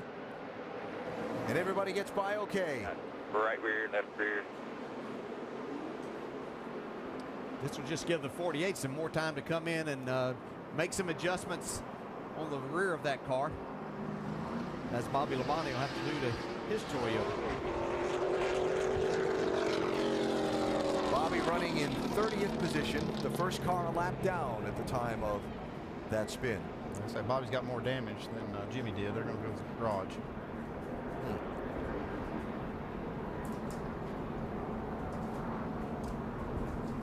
Watch the bottom right of the screen for the 47 car. They have gotten a little help right there. See Jimmy Johnson just sliding by that. One inside. All right, missed that one. Clear inside. Caution's out. 38 car was. All right, let's get ready to go here, guys. Tip first time by here. And so the caution is out for the 7th time in this race. 3 cautions in the 400 miles back in April. We're not even at 300 miles yet. We've had 7 today. The new Kansas Speedway proving a handful for some of these drivers and teams.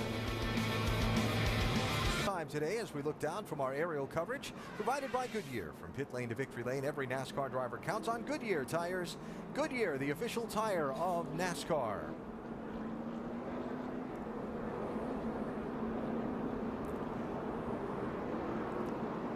So as we get ready to double up for the restart, the championship picture, Brad Keselowski's running 10th, Jimmy Johnson running back in 28th, and Denny Hamlin's only in 23rd, Doc. Yeah, a lot of issues. Let's check with Darian Grubb. And Darian, you guys came in during the yellow a moment ago. Now, if you want to pack her out, wedge in, track bar change, 4 tires, why all the adjustments? What are you trying to battle here? You forgot the rubber in the left rear there. Oh, yeah, rubber in the left rear. Okay, now tell me what the problem is. We've been fighting a loose end the whole time. That's just what keeping Denny from charging a corner. We're not bad centering off. We were able to make good time there to start the race, but we're just keep getting looser in as we go.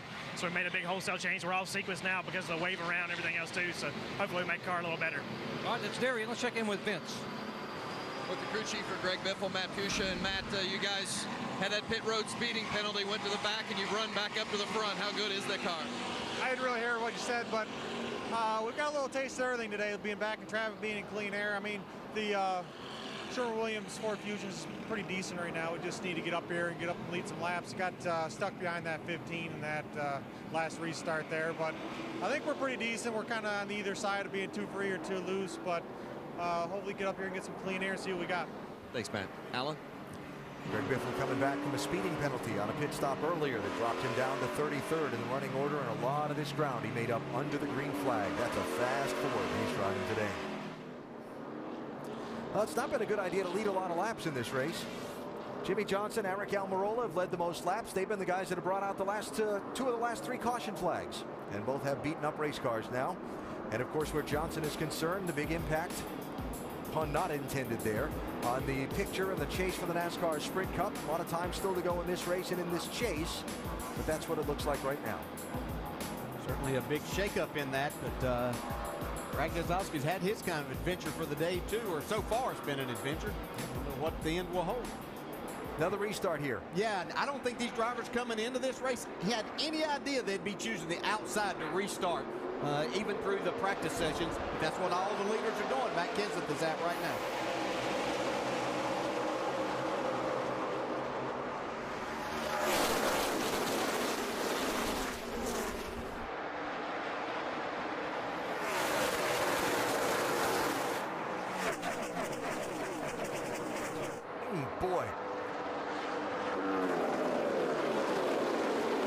look at the right side of that 2 car if we can. He might have just nudged the wall a little bit in that jam up off of turn 2. Looks clean, though. Yeah. Okay. Just saw a little bit of smoke there. Maybe it was just the dust right up against the wall. He was so close to it.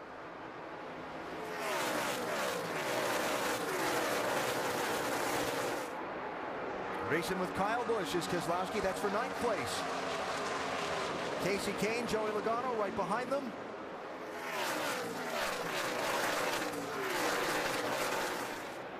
Just joining us, Kyle Busch trying to come back from a spin out, running 2nd earlier in the race. 3 wide here. Not where the points leader wants to be. That's where he's not going to be. He's backed off.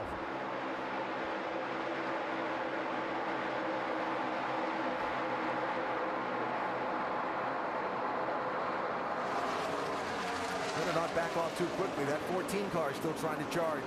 They've been working on this 14 all day long, even to the point that it worked so much they left a wrench in it at one time, had to come back in and get it out. But it's like they've got him a little more racy right now.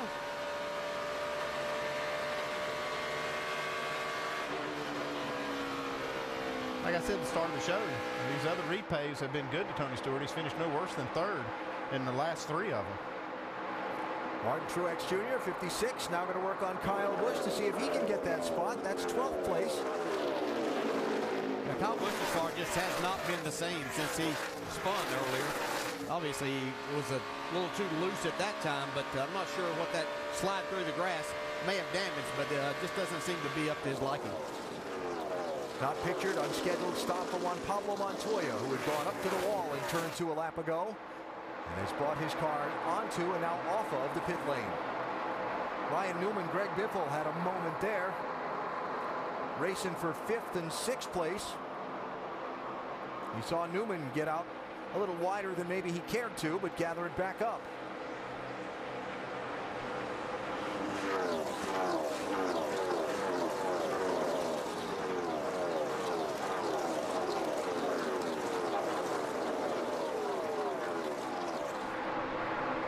Paul Menard there in 2nd, having a great run here today.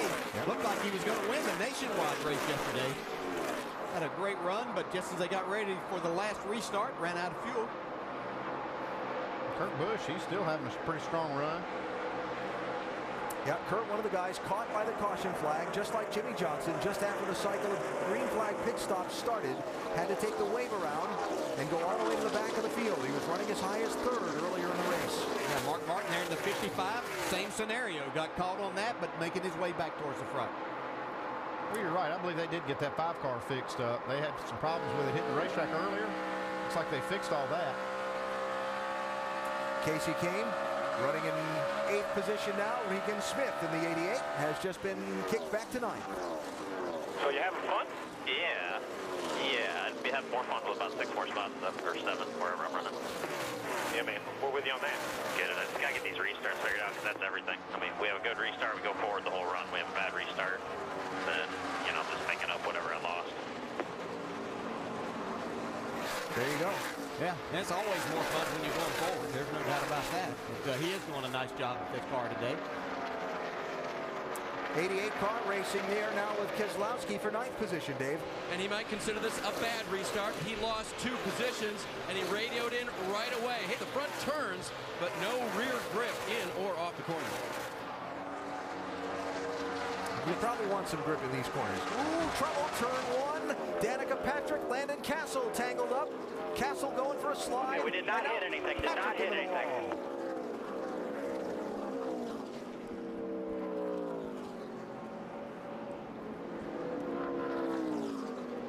It looked like Danica had a chance of not hitting anything, but just back up on the track. 8th caution is out. Bringing the pit road here has got some pretty heavy left front damage. Racing for 25th and 26th positions on the lead lap. And I saw that it kind of looked like Castle went into turn 1 ahead of Patrick, and maybe she thought she could make a move underneath him, and things didn't go like she wanted it to. Hey, this to the garage. Make sure you have oil pressure.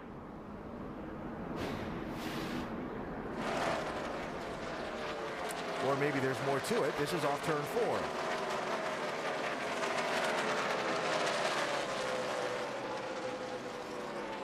Gets clear there. And she gets in on the bumper, but just doesn't get off of him. Right there where you're talking, and you just turn it left and lock it down. And she had a chance to not go up hit that wall if she just stayed on the brakes and kept it down there. It's like she's trying to save it and just kept driving it until it hooked to the right. Yeah, at that point right there is whenever you should just, as a driver, realize that this is a spin, lock it down, and you can come get 4 tires. And that's the kind of things that you'll have to learn with these cars. So watching that leads me to believe there's something earlier that happened. This dude right here is getting awful brave. Still going to be down there. You're clear of him. Nice and smooth here. Easy, easy, easy. Just keep it off the wall. Yeah, she certainly seemed to go in there with a purpose into the corner of at least sending a little bit of a message, but ended up getting the worst end of it.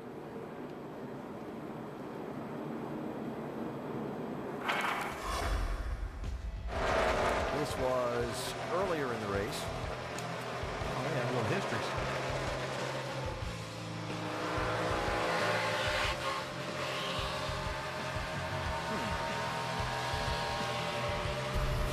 Now we know the rest of the story. All right, Jamie. Well, as you saw there, the two of them working their way through the field together. Danica started in the very back. She was complaining about Landon throughout the race, and when this happened, Greg Zipadelli, her crew chief, came on the radio and said, you know better than to do that. So obviously he saw her at fault there. You see her now sitting in the garage trying to repair that 10 car. All right, Jamie, thanks. Pit road's open for the leaders, Doc. Leader on pit road, they're going to be very, very close to their windows, guys. Right side tires, got to get it full of fuel. 15 car, Clint Boyer, no tires. Got to get full of smoke, no fuel. They got to go 55 laps to make it on one more stop. Jamie. Jeff Gordon has a great car today, much better than they anticipated. Right sides this time around, and they will put fuel in it. Vince? The 16 of Greg Biffle really likes his race car, says it's plenty fast, it's just too tough to pass. Right side tires only. The 17, the first one off pit road. He is the first one off pit road, but not everyone pitted under this caution flag. And we'll set that restart order for you in a minute. As we go NASCAR Nonstop presented by Ram, under caution, Danica Patrick and Landon Castle tangling. At Kansas Speedway, the cloud as they try and vacuum up the excess and get it blown off the racetrack, and we continue under the 8th caution of today's Hollywood Casino 400. An event that has been rather eventful so far, particularly where the championship is concerned. Jimmy Johnson of note.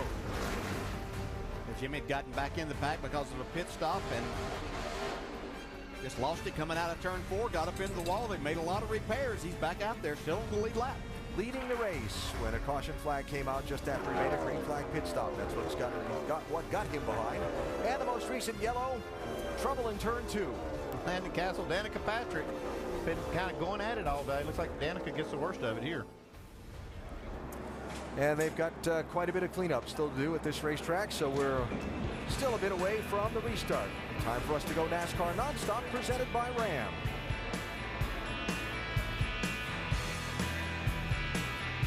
The Speedway restart that'll come with 105 laps to go, and us appearing to be in one of those situations again where we're right on the bubble of the fuel window. It's almost identical to last week. There was 110 laps to go last week when the leaders made their last caution flag pit stop.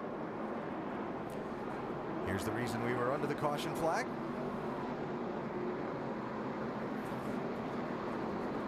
Danica Patrick and Landon Castle with an extended tangle. Well, rule number one of stock car racing is learn how to wreck someone without wrecking yourself. Yeah, if you're going to have paybacks or send a message, then you need to not wreck yourself. For sure. part of the learning process.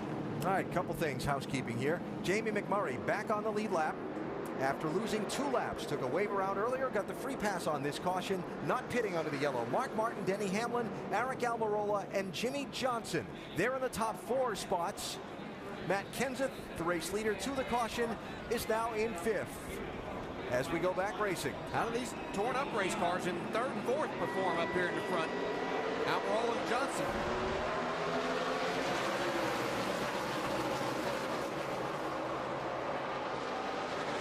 3 wide.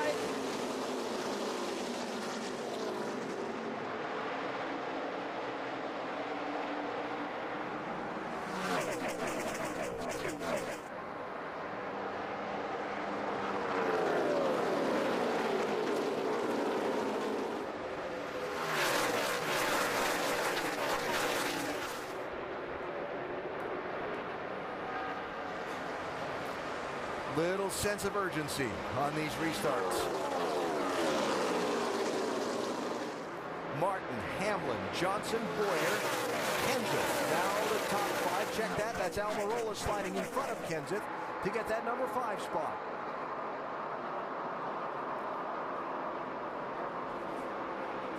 And as they sort it out on the restart, we check in the garage with Dave. Danica drove her car in, climbed from it. Are you okay? And what happened between you and Landon? Yeah, I'm fine. You know, I've just been really frustrated with the 83. He slammed into me on the front straight for no other reason than his radio communication of she was in the way.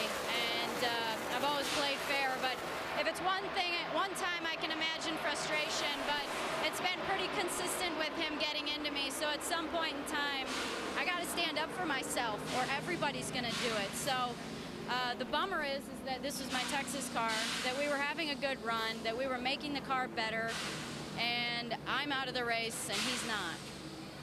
You have, this is the final race with Greg Zipadelli, veteran crew chief. He talked to you for a while afterwards. Any words of wisdom? Be honest. Thanks for being honest. Danica will join us again in Texas, not with this race car though. Alan? And Dave, as folks saw while you were interviewing Danica, Tony Stewart went for a slide off of turn number 2, running 11th at the time. He needs some new tires on that car, but he's lucky he doesn't need more. Yeah, definitely battling Casey Kane right here, and you can see that situation that we talked about, that inside car coming up out of the corner. You just don't have all the air on the side of the car and on the spoiler. Tony does a great job here. All the tires are blowing out. He still saved that thing. That was incredible. You can see that started as he went back to the throttle and tried to make this pass off the corner. Kind of knew he was in trouble. Did a really nice job not getting into Casey Kane right there and then not hitting the wall. Wow. What I'm fascinated by, watch where he locks the brakes up, when he lets it off to try and get the car moving, when he puts them back on. That's how you guys do that. I have no idea. That's phenomenal. Yeah, I mean, it's so easy just to want to lock it down right there, but then you probably slide into the wall with the left front, mess up the front end. But Tony, as you can see, was working the brake pedal. Looks like Jimmy Johnson's going to pit from about 4th spot. Yep, with a few others. Dave? Well, when you've got a car wrecked like Jimmy Johnson's was earlier, anytime you can get back in the lead serial as they have, and there's a chance to come in and work on it, take on some fresh tires, you do it. Slight tuning from now. It hasn't been horrible for Jimmy, but the car once was.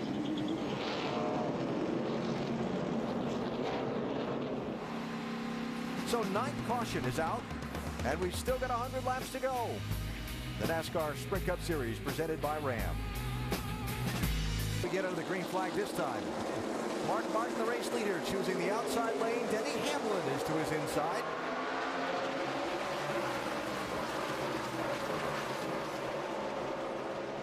And Clint Boyer to his inside. Look at Paul Menard to the high side. Put Hamlin in the middle.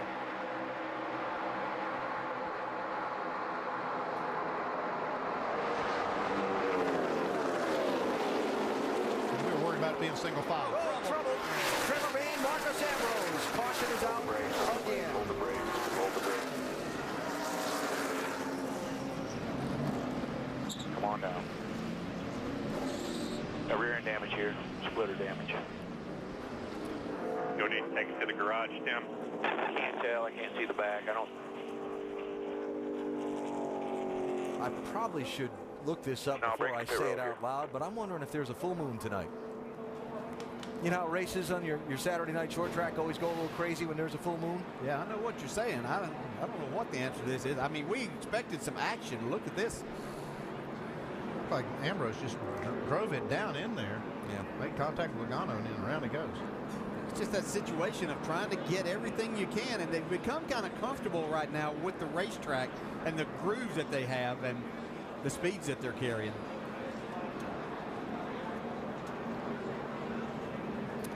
Well, Jimmy Johnson, I think we said this off the air. I'm not sure we said it on the air, how he got back there, and he just better watch out ahead of him for a little bit. You see it, you see it, you see it. Outside, outside. Good job. Still outside. I wasn't kidding. Yeah, he dogged. Save gas.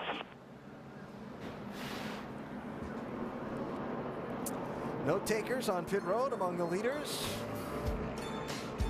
Take a break. NASCAR Nonstop presented by Ram. Mark Martin, the race leader.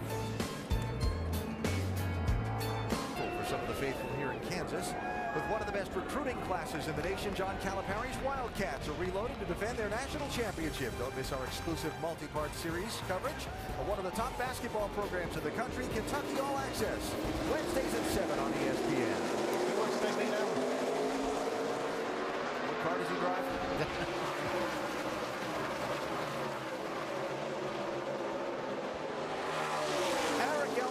In that 43, into the wall earlier while leading, going back after the lead on Mark Martin. Oh, and around. Gathered up here. Spun off of two guys. Looked like right front went down the tail spot. We stay under the green.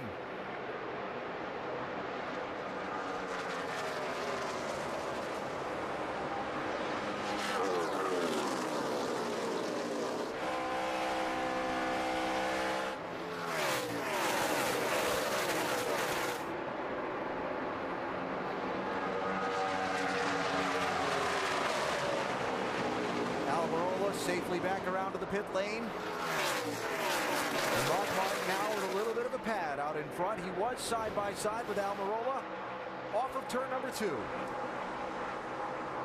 Just once again gets loose on the exit there. You can see great job that they did behind. Let's see, Matt Kenseth also got a piece of the wall. All cleared. Easy. Keep coming now. Pretty hard hit by the 17 right there. Have not called to keep going. I'm sure that Mark Martin kept waiting for a caution because he knew that something had to happen there. Oh, Biffle into the wall hard in the 16.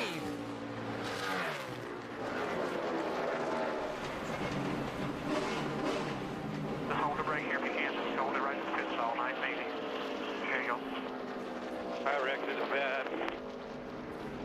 Running in 3rd position, and that car just got away, and he hit the wall hard. Now already back in his pit stall.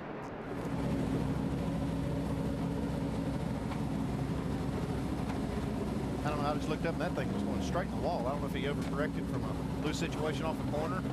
Just snapped around. Hit hard.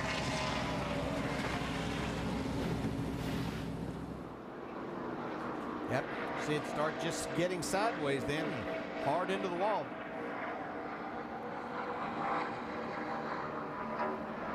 So one thing about this new configuration, there's not a lot of room to chase the car off turn 4 to get to that wall.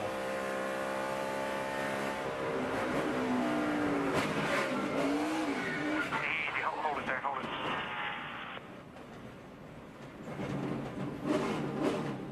Just hold the brake here if you can. Just hold it right to the pit stall. Nice. Cool. See how close that was for Clint Boyer. Yeah.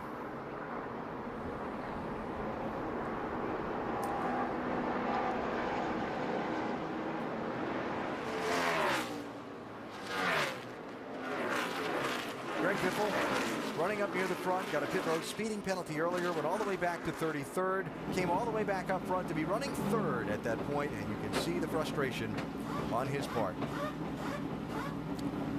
He had a shot to win.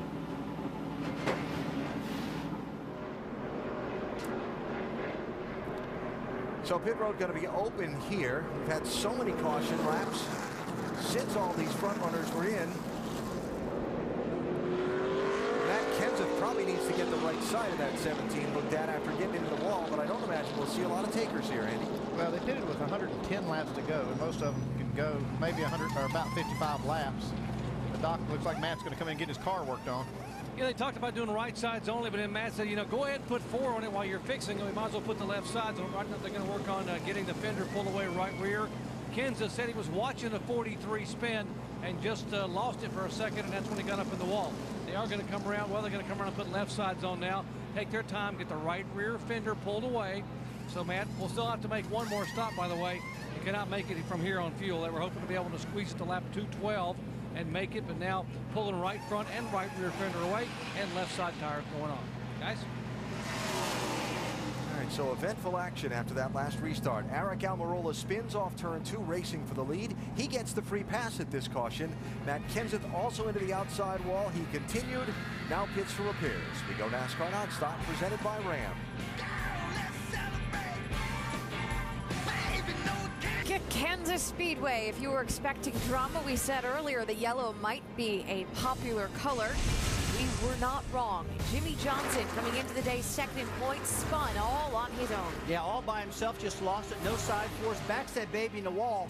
But they've done some amazing repairs in this car. It's running pretty good right now. He still might be in this thing. He's not the only driver in the chase having issues today. How about Tony Stewart? Another one. Tony had made his way back up through the field, comes off the corner. Once again, no flat tire, no nothing. Just goes around on his own, loses it. And then the reason we're under caution now, our 11th caution of the day, Greg Biffle, just a ton of a hit. Yeah, really fast car, but just gets out from, overcorrects it, runs out of room, gets in the wall really hard. Not exactly what we're used to seeing lately.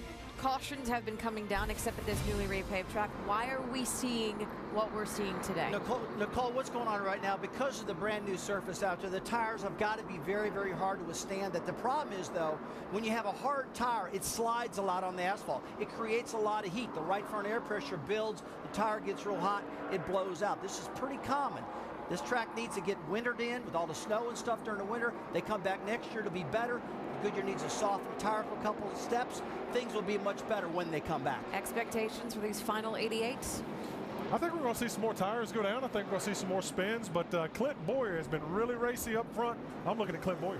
All right, well, I'm going to tell you what. Don't count the 43 out yet. He just got the lucky dog. He's come through the field more than anybody else. Don't count him out. Allen, back to green. Here we go. And what will it be this time? And how many laps?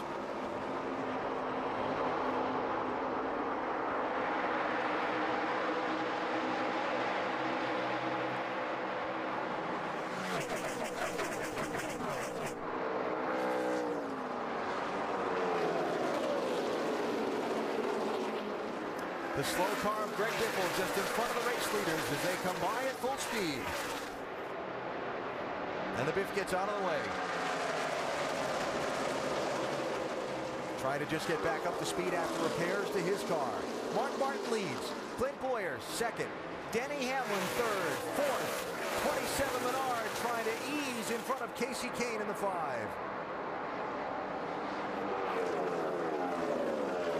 Ryan Newman looking for some running room around Kyle Busch. Oh, trouble. Into the walls, the 18, and more trouble. Sam Hornish collected. Newman's torn up. And the yellow flag's out again. Fired up, get a roll in if you can. Points leader Keselowski just barely missed this, too. That happened right in front of Brad. This was a race for 7th place that something funny was going on about halfway down the back straightaway with it. And continued right on around through 3 and 4. Ends up with a few torn up race cars.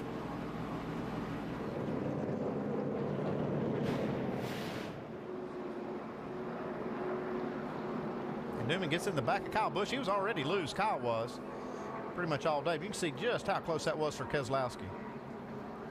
He drove right in between everything that was happening. Half back corner. Right in front of you, Philip. Wow. Unbelievable. I agree with you. That was unbelievable. Sometimes you just got to have some luck. Anytime you're going to try to win a championship and go on and win a championship, you have to have some good fortune. And Brad's done some terrific driving, but he's also had some good fortune. You can see that the 22 actually got into him and got him a little bit loose before he got to the 39. Jimmie Johnson made it through again.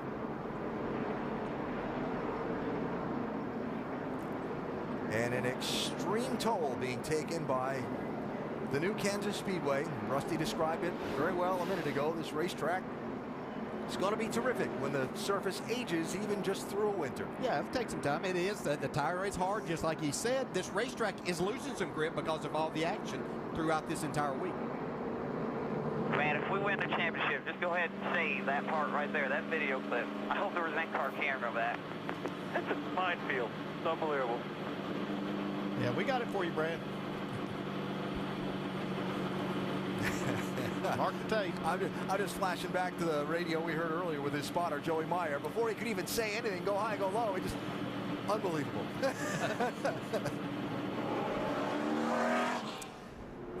Well, 83 to go.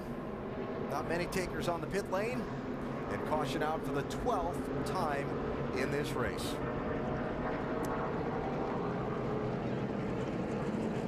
Some of the best in the business getting all torn up in this one today. 7th time in this race, drivers running in the top 10 have been involved in accidents at Kansas Speedway in this one. Series at Kansas is presented by Ram Trucks, Guts, Glory, Ram. And in part by AT&T, the nation's largest 4G network. AT&T, rethink possible. Going to take a lot of guts if you're going to see the glory of winning this one at Kansas Speedway today. A rough and rugged race. We're under the 12th caution and still got 81 laps to go. That's over 100 miles left in this one. It's a huge crowd here to watch this race today, and they've certainly got their money's worth. So before the start of the race today, word went around and Rick Hendrick joined us to say that Dale Earnhardt Jr. had been cleared to race in Martinsville next Sunday. Now hearing that maybe there's a change to that picture, Doc? Well, Rick walked up to me to amend what he said. And Rick, why don't you explain what's going on with Dale Jr.? Yeah, Jerry, I didn't have all the information before the race started. Monday he's going to be in a closed test that Dr. Petty will attend in the car. And then Tuesday he'll have another impact test in Dr. Petty's office, and then the final decision be made. But so far everything's been good, and all of the tests have been good, and this is the final step. When I got the information this past week, I've been out here, I thought we were all done, but then I found out that he was going to have a test in the car Monday, and Dr. Petty will be there. Then he'll have an evaluation Tuesday in his office, and then Dr. Petty will make that decision then, but it looks good. So you're anticipating test okay, impact study doesn't change, he should be back in the car. You should know by Wednesday morning back in the car for Martinsville? Yeah, I think we'll know by Tuesday afternoon, but I'm going to leave it up to Jesse Essex and the PR guys to handle it from here. But, you know, everything's been so good. We're all so optimistic. He's excited about getting back in a car, but these are the steps we have to take, and you know those impact tests are important. And I guess being in the car will tell them a lot, and then the test Tuesday. So we're expecting him to be cleared, but until Tuesday, we don't have that final word. Thank you, Rick. Thank you. Alan? Well, I hate for Mr. Hendrick that he had to come back around and do that, but we appreciate him clarifying the situation, and we look forward to hearing the final outcome on all of that evaluation of Dale Earnhardt Jr. this week and seeing him back in the 88 car at Martinsville next week. Regan Smith subbing in that 88 today. You see the highs and lows on him after a big scare in qualifying. He's raced up into the top 10. Yeah, doing a solid job once again in this car. And by the way, one of the few with a clean race car with all its fenders on it. Don't jinx him. I know. Dave? Alan, Kyle Klein from the car under his own power. Kyle, describe the racing in general, and then what happened between you and Newman.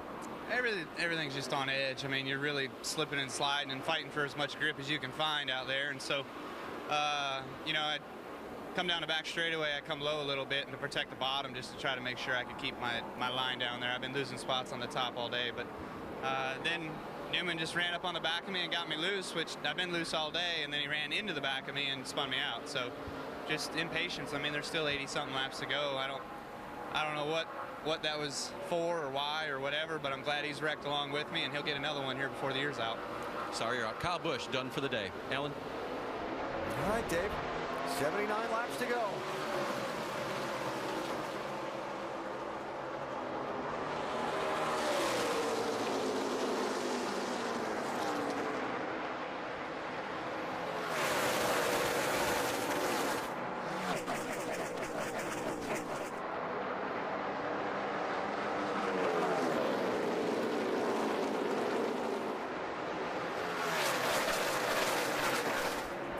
That's now 5 restarts that Mark Martin has managed to get away from whoever was lined up to his inside. Now left to race for second, Clint Boyer and Paul Menard, 15 and 27. Well, that inside's been tough to try to make a pass on. We've seen some of the best trying to make this pass and lose it. Boyer's going to slip back to third.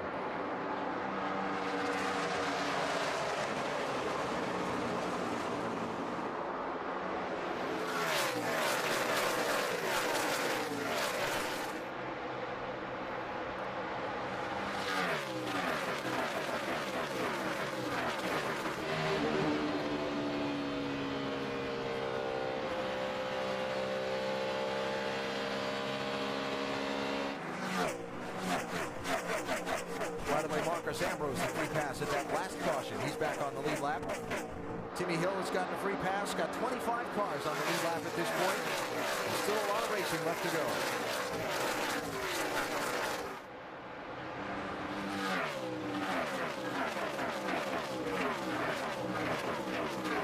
You see Jimmy Johnson going by there. He's trying to make a pass on Kevin Harvick, but pretty amazed at that race car, how fast he's able to go with it, sitting just outside the top 10 right now. Just joining us on the day, we're just shy of 300 miles into the 6th race in the chase for the NASCAR Sprint Cup. Kansas Speedway repaved and with a little more banking added to it before this race. The speeds are record-breaking in qualifying. The competition has been tough today, and we're one shy of a record for most cautions ever in a Sprint Cup race here. Big stories on the day. The guys that have led the most laps, both Aric Almirola and Jimmy Johnson, both having troubles that have set them back. Johnson's coming to pit road under the green flag, then a caution coming out, which put him back in traffic. Then he spun out and hit the wall. Jimmy has continued to dig along, and he's in 12th position right now. Brad Keselowski's running in 8th. Denny Hamlin is running in 5th. And so the championship picture, vulnerable with still so much racing left to go, but certainly the performance of the day, Jimmy Johnson's team for keeping this car in the hunt, running 12 after hitting the wall as hard as he did. That's pretty remarkable. Yeah, because when it happened and they saw the car, they told him to take it to the garage area. Then Chad was able to get another look at it, said, let's bring it to pit road and see what we can do with it. Yeah, they initially called him to the garage, and he said, oh, well, let's look at it, see what we can do. And they did an incredible job, really, of fixing the car. I don't think it's up to full speed, but it's running pretty good. Matt Kenseth taking 12th place away, kicking Jimmy back to 13th. Another car there, Matt Kenseth, who's been into the wall also. He's led a lot of laps here.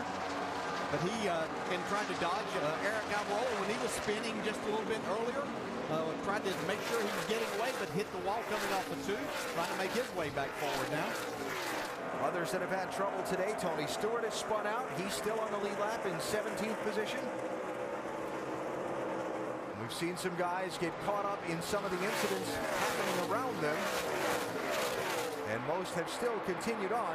Denny Hamlin handling problems earlier, strategy adjustments, track position. Hamlin's now just giving up 5th position there to Kasey Kahne. And don't count this 5 car out of this race yet. He has struggled for a big portion of this race, but I've seen him recently have this car going in the right direction. That's moving forward. We'll see what their fuel mileage is like.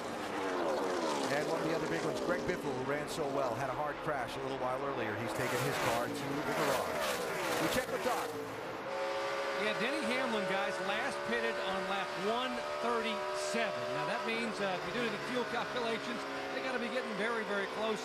They cannot make it on one more stop, which means what they're trying to do now is go as long as they can go, absolutely to the final lap, drop of fuel, then come in and pit and hope they get some yellow flag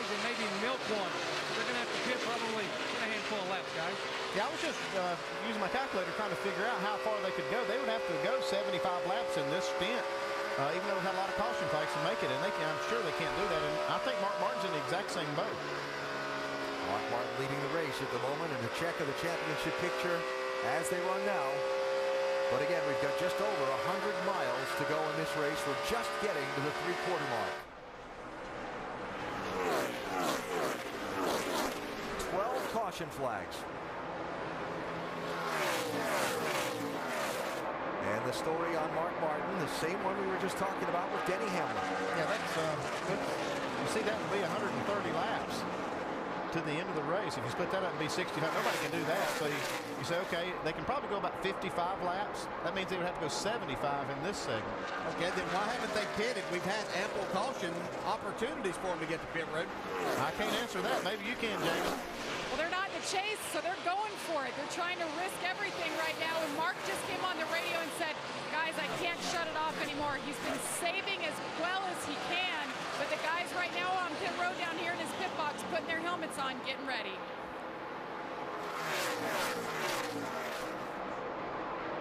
There have been 5 yellow flags since Mark Martin came to pit road. He got the lead by staying out on one of them back at lap 157. And he's been out in front since. 5 yellow flags since then. And they haven't come to the pit lane. And he'd have to run about 11 or 12 more laps before he makes his green flag stop to have a chance of making it to the end. I don't think he can do it. Right now, looks like Paul Menard's catching him pretty quickly, though. When Mark does pit, another lead change. And we take an inside look and get unlimited access to the NASCAR Sprint Cup Series, brought to you by the NASCAR Sprint Cup mobile app and truly unlimited data on the Sprint Network. 13 lead changes so far today. Not a lot, but we've had a lot of action. If not the constant changing of the #1 spot, get unlimited access to NASCAR with live in-car audio and real-time stats on the NASCAR Sprint Cup mobile app only from Sprint. Get the app and Sprint's truly unlimited data plan at sprint.com/speed. So that 45 to 50 lap fuel window we showed you there a minute ago, there have been 23 laps of yellow since Mark Martin pitted. So that's essentially 50 laps. If you go the old 2-to-1 formula, which may even be selling them short the way these guys shut the cars off and so on these days. Yeah, about 2-to-1 is what you can expect, even saving as much as you can shutting the car off. So that'd give you another, 12 laps onto that? It's still going to make it awfully tough. They'd almost have to make up 20 laps of that. I just don't think they can do it. At least the 55 of Mark Martin and 11 of Denny Hamlin. Hearing from pit road that Denny Hamlin is 6 laps from pitting.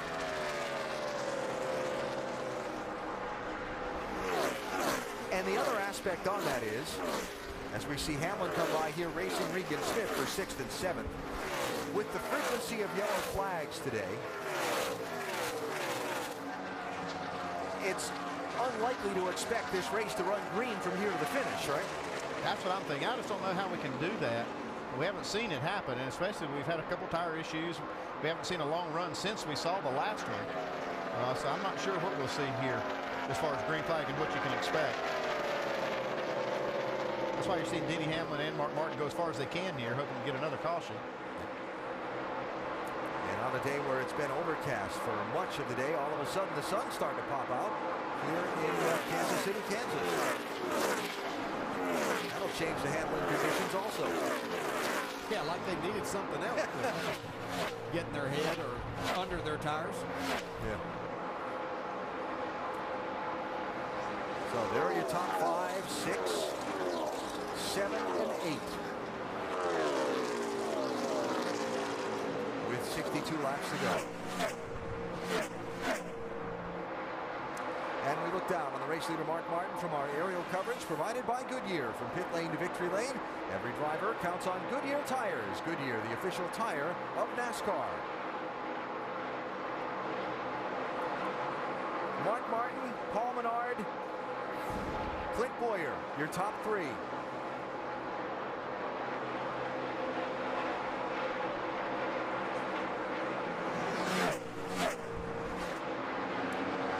Expecting to see this 55 car on the pit lane sometime within the next handful of laps.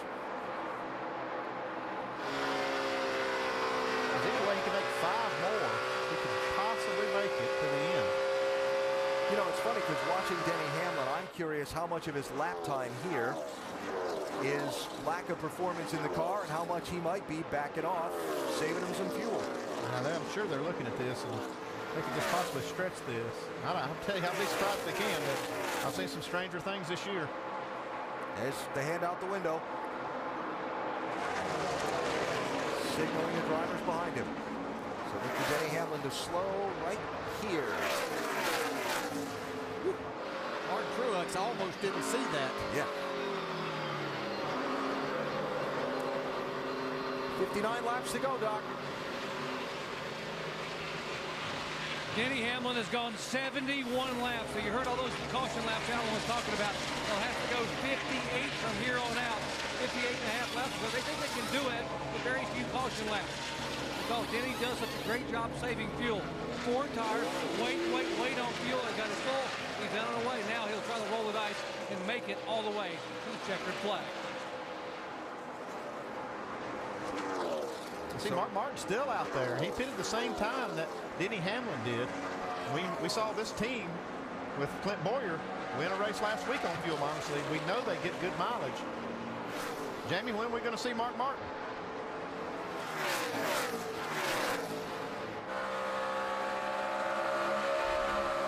And they have the wheelman behind the wheel who saved a lot of fuel. Now the guys have had their helmets on for a while. Rodney Childers, crew chief, just said 4 laps. That was about 3.5 laps ago. So look for him to make his way down shortly. All right.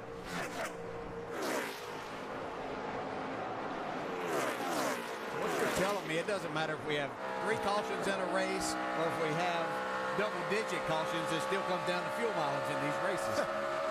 And I'll tell you, if Mark Martin can make it back around to his pit stop, I think he can make it from here on that pit stop. So we'll see.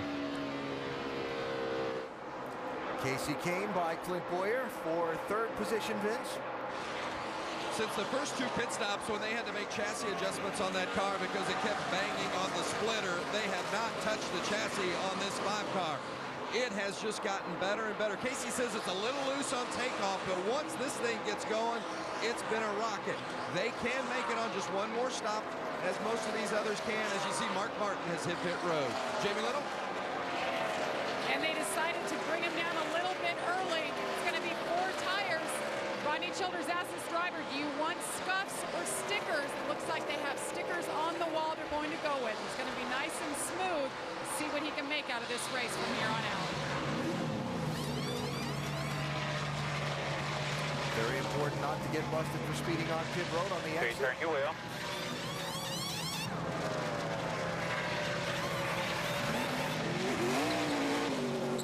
Go. All the way, all the way. Trouble, turn 4. Car hard on the wall. Eric Almirola. Hey up there, bud. Let's go ahead and stop. Looks like the fire's out. Go ahead and get out. Go ahead and get out. Just stay Caution close to out the car. just after Denny Hamlin and Mark Martin pit. This is one of the cars that hit the wall earlier with a right front tire. I don't know what happened here. He looks like he's done now, though.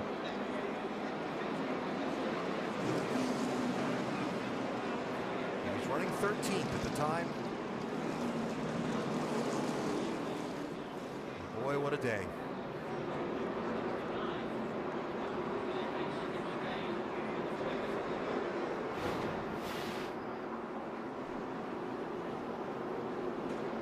Oh. There's some bad feelings as a driver in a race car, but not much worse than that. Throttle hanging and blowing a right front tire when you're wide open in the throttle doesn't get much worse. Really good to see this young man out of the car. Just unfortunate. What a fast race car he had all day. Yeah, you see getting the wind of that down while he's got some fire. He's reacting pretty quickly to that fire under the hood. Just to be ready to get out.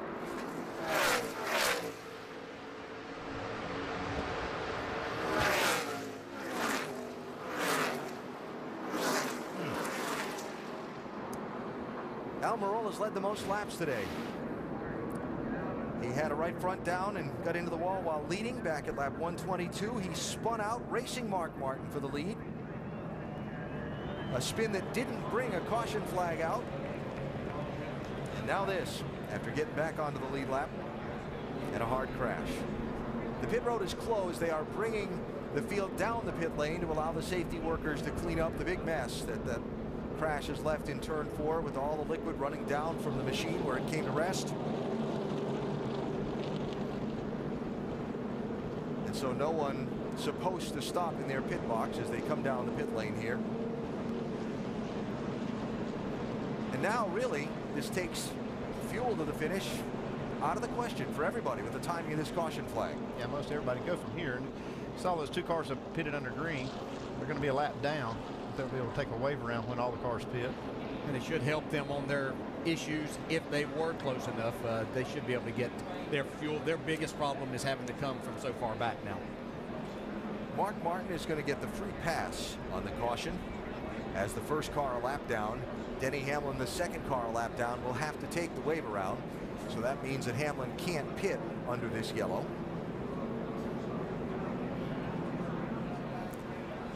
And the new Kansas Speedway has set a record for most cautions at this track and most cautions this season. We have just equaled the mark. It has been a tough day for a lot of these drivers and teams. Like that one.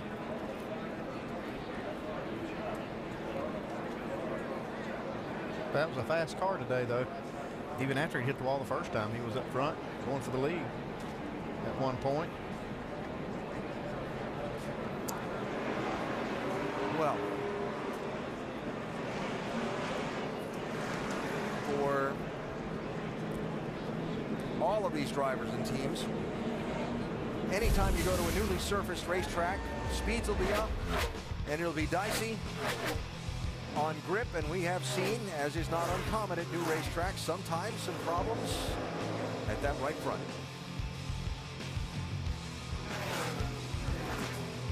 Fortunately, everyone is okay, all of the drivers involved in those incidents, and Dave Burns has more from the pit lane. Well, and I checked with Goodyear. A couple comments first. Rusty pointed out earlier the greasy conditions. We talked to Kyle after his wreck. Extremely slick out there. And so I checked with Goodyear just to see if there was any pattern they were seeing with their tires. At this point, no. They're seeing a lot of cuts in the tires, regardless of which accident, what time, what caution. Lots of cuts in the tires. So a lot of debris out there, guys running over a lot of stuff. And so far, that's the only pattern that they're seeing. Vince? Talking about tire wear and Kenny Francis in the 5 car of Casey Kane. I think you guys have changed the lefts just once today. Have you noticed any issues at all with the wear and all the debris that we've had on the track? Yeah, I think we're going to have to change just rights here too to try to stay up front. But everybody's going to need all the gas they can get. But you know, you can do it just a little bit faster, changing rights only. So, you know, hopefully we can have a good pit stop here and make it to the end. Well, you tweaked on the chassis the first couple of stops, so it seems like you've got a pretty good race car. What do you feel like Casey's got in his hands right now? Yeah, it's been handling a lot better the second half of the race. We're just not sure, you know, what 2 tires are going to do to it, but hopefully it'll be good. Thanks, Kenny. Alan? So the thoughts of Kenny Francis there on the tires, the strategy, and so on that's left to see. Yeah, it'll be interesting. I think we've seen these left side tires be very durable all day long, and I don't think it's a problem that Goodyear has with the right side tires. I think it's the teams that are doing things that create problems with those right front tires in these type of situations in trying to make their cars do the things that they want to do. Well, we just talked about new surfaces. You really lose a lot of margin on that tire. Goodyear can build a lot of margin into these things in a lot of tracks, but when you come to one of these, it's really difficult to do that. And so the margin's very thin. You got teams out there that are doing everything they can to run fast, and sometimes they'll lean on that one corner of the car, and it can cause a problem. Now, I want to point out the wave around on the free pass and so on for Mark Martin and Denny Hamlin. Yes, it's going to get them back on the lead lap, but had things stayed green and the stops all cycled through, they were running up in front. Mark was the leader when he pitted. Now, because of this, they're going to start at the back end of the lead lap cars, and this caution just after they made the green flag pit stops has really cost them a lot of track position. Yeah, it did. It was very untimely, but it's not something unexpected. I think that a lot of people expected to see another caution in that segment, but they had to pit. They were at the very end of their fuel tank. They didn't have a choice. Yeah, there's going to be 22 cars ahead of them at the very least, probably a little more than that. But you know, Mark Martin will be able to come down pit road and put on more tires if he wants to do that. Make sure that he's got plenty of fuel just in case of a green-white checkered situation. Denny Hamlin will not have that option to take the wave around. He's just going to have to stay out and save the fuel that he has. pit stops with 49 laps to go, Doc. Paul Menard in, Clint Boyer in. They're both going to go 2 tires, and they're both said we're going to go 2 cans of gas. Wait on the crew chief. Wait. Right side tires going on, and they're going to drop them. Let's go down today. Brad Keselowski gives up 6th position. He will take on 4. They'll get the fuel in it. Regan Smith only taking 2. Vince? Casey Kane, bottom right of your screen. You heard Kenny Francis say they were going to take right sides only. He reminded the fueler, got a packet full of fuel. A little bit of trouble on the right front. Kane is not yet left the box. Having some issues, and the 17 of Kenseth was the first one off. And Brad Keselowski getting the 4 tires. A little play it safe in championship mode there. Yeah, looks like it, but it's going to cost him a lot of track position. He was 6th entering pit road. We'll see where he winds up after the scoring cycles around off this set of pit stops.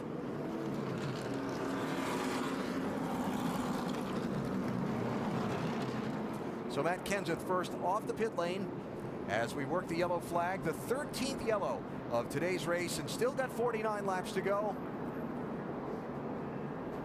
The latest caution flag after a very hard crash for Eric Almirola, who's with Jamie. Yes, what a day it's been. Led 69 laps, more than you led in your entire career, and you were still fast after contact. What happened there, and are you okay? Yeah, we just blew another right front. It was a big hit. I lost my breath there for a minute, so I had to collect my thoughts. But just disappointed. I have never in my entire life had a race car that good. It was so fast and so easy to drive. All the guys on this farmland Ford Fusion did a great job. And we just had a really great race car, and we were here in Farmland's headquarters. We were going to try really hard to make them double their money to Harvester's Food Bank, make them give $100 grand to Harvester's Food Bank if we won, and we were unable to do that, but not for lack of effort. All the guys worked really hard all weekend. We had a spectacular car, and I hate that it ends like this, but I've always been told you got to give a few away before you can win one, and I feel like we certainly gave one away today. Well, he had a lot to be happy about through today. Alan. Jamie, thanks. A very fast race car, and came back from a couple of different instances of trouble, but then a really hard crash, and it's great to see him standing there and okay. Eric Almirola out of it now. Mark Martin now making that pit stop. After he gets back on the lead lap, he can get the fuel tank top back off. It looks like they maybe just checking to see if they've got any tire rubs. They're going to start at the back of the field, but they will have a full tank of gas. No problem making it to the end, which I don't think anybody will. I think from here everybody can make it on fuel. The big question is going to be, are we going to see a green flag run to the finish? Yeah, that's the big question. Haven't had a ton of that so far today. While we work the yellow flag, a reminder, the Big O Tires NHRA Nationals qualifying can be seen next weekend, 1:30 a.m. Saturday on ESPN2, and we'll have the final eliminations for you from Vegas, 8 Eastern Time next Sunday on ESPN2.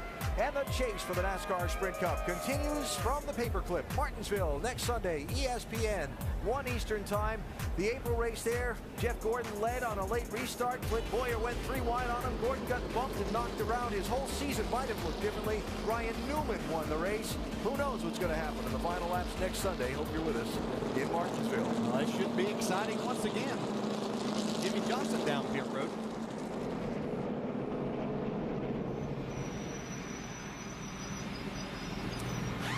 So you guys, the damage earlier did prevent them from fueling as efficiently as they would want to. So they came back in just to make sure, absolute sure they've got it full of fuel, put 2 left side tires on. They did adjust it for entry into the corners. Jimmy said, please help me a little bit. It's a little free in without taking away the turn in the middle. That's always a dicey move there, Andy. Yeah, that's always one of the hard things to do, is make it turn while you keep it tight. Race drivers just want it all. Yeah, they want everything. Oh yeah, while we got a deck lid, it's just taped on the back. Yeah. But just joining us, Jimmy Johnson involved in a little turn of events earlier. He was leading, came to pit road for a green flag stop. Caution came out, put him back in the pack, lost control of the car, hit the wall. They've continued to repair things. And Johnson right now is on the lead lap in 23rd place among his fans watching. Angie Harmon on Twitter.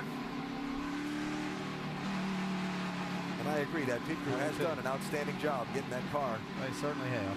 As squared away as it can be.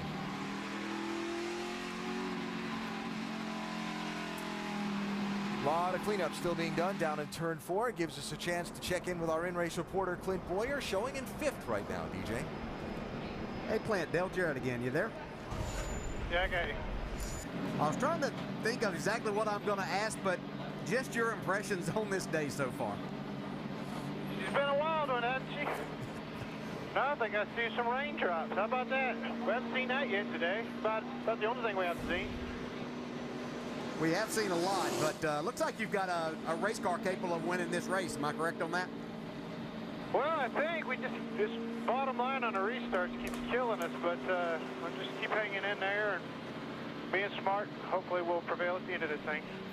Okay, Clint. Thanks for talking. Good luck, buddy. Thank you.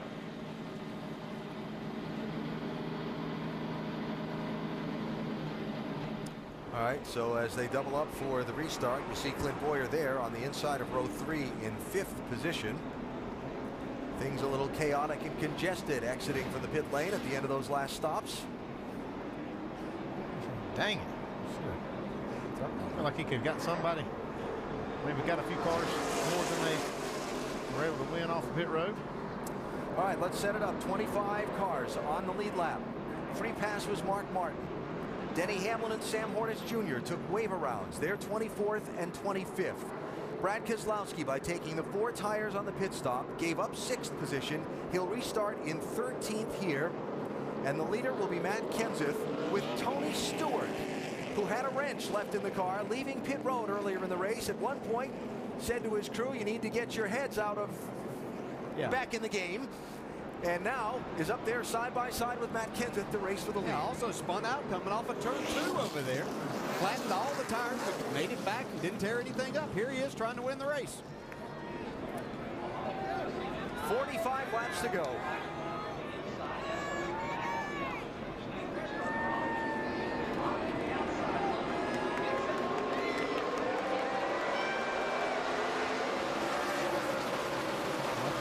He's trying to make that move again down on the apron. Clint Boyer having none of it. Boyer to block. And Kenseth clears. Paul Menard trying to make up some ground. Watch for the pit stop. Roaring around the outside of turn 2 with that neon car number 27. He led 110 laps in trying to win the nationwide race yesterday. Ran out of fuel at the end trying to do it.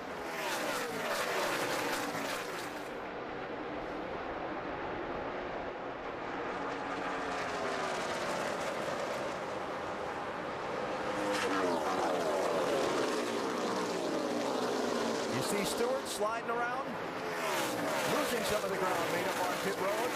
Martin Truex Jr. in the 56 trying to get by Tony there for 5th.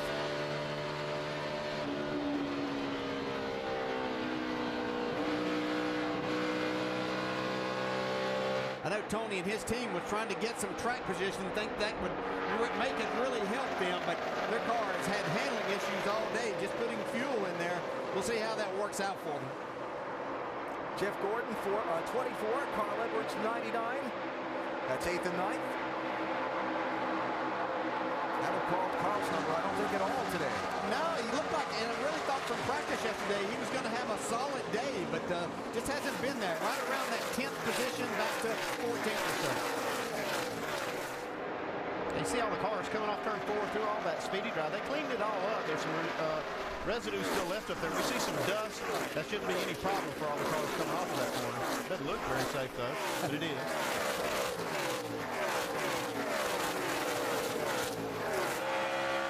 By the way, we heard from Kyle Busch earlier after his incident with Ryan Newman. Newman is back on the track in a repaired number 39. He's 37 laps down in 28th place.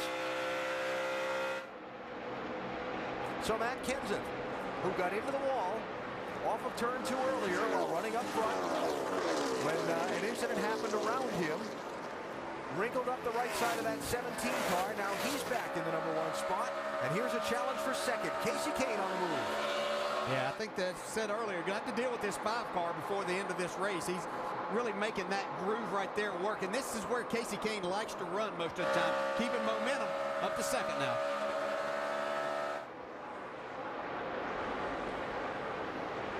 That was Ryan Newman's car that they went by, the slower car on the apron. Newman off the racetrack and now turning back into the garage. seeing Mark Martin's car be really slow down the front straightaway. Denny Hamlin caught him quite a bit as they went down through there and passed him off a 2. Here's Keselowski trying to get 10th spot on Joey Logano, championship leader. Right now running ahead of his closest rivals for the title on the track. All except for Clint Boyer, I should say. Still could be a nice game for Brad Keselowski. This hasn't been their best day, but if you can make the most of it, come out of here with a bigger lead than what you had going in. Be a pretty good, solid day, Dave. And DJ, they knew it was going to be another fuel mileage exercise. I talked to Paul Wolf, the crew chief, this morning. Asked him if they made any changes after running Brad out last week at Charlotte at one point. He said, no, it was a matter of the weather getting cold on us and consuming more fuel than we had expected. So he didn't feel like they needed to change anything in their philosophy or their calculations, and they'd be good to go for another run. So, as you might expect, they're good to go till the end of this race. All right, Dave.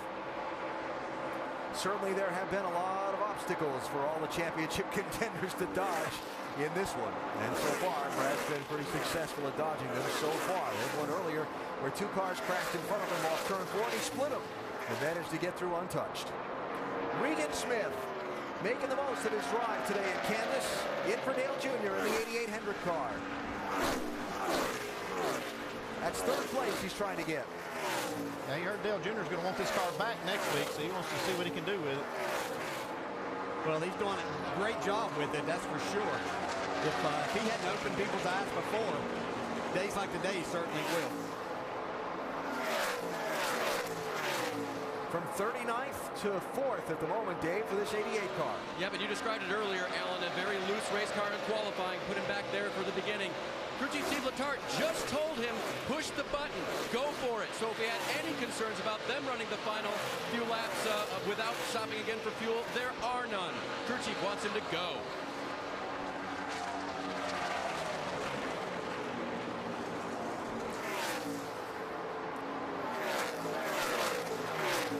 Mentioned a little bit ago, Mark Martin getting bypassed by Denny Hamlin and a few others. His 55 car looks like he's down on power. Yeah, it looked like that, but now I've seen the last few laps that the car seems to maybe come back. So I don't know if that could have been a battery or something like that. Yep, the motor's down on the cylinder. Yeah, Mark's definitely got a problem. It seemed like it's come back. The speed has come back a little. So Mark Martin leading this race a little while ago, made a pit stop from the lead. Then the caution came out. Got the free pass, got back on the lead lap, but does not look to be in shape to make any progress toward the front. There are Jimmy Johnson and Denny Hamlin. Now, I just saw Denny Hamlin get passed by Jimmy Johnson. I'm not sure that Denny Hamlin's not pedaling his car a little bit because he was not able to make a pit stop. He made that green flag stop and has quite a few laps to go to make it on that tank. I think he has to be. He's one of the few cars, it's not the only car that has to be in fuel conservation right now.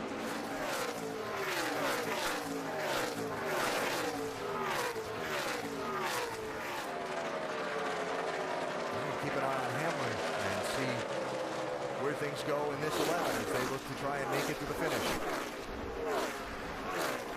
And again, with the frequency of the caution flags today, it would surprise no one if we see another yellow flag. Oh, there it is, right there. 22 car, caution. Sam Hornish Jr. Right side here, guys, right side, the blue tire. You can see the damage he already had from an earlier incident. Yeah, I'm sure this tire failure probably from a tire rub. You can see that right front destroyed. The fender. They taped it up. Sam running 24th. He had just taken a wave around at that last caution to come back onto the lead lap. He had garage.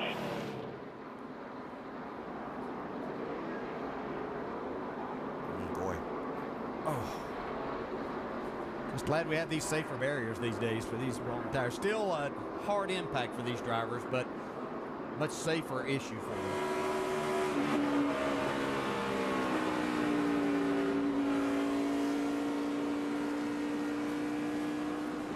Sam had some damage when he was collected in an incident earlier.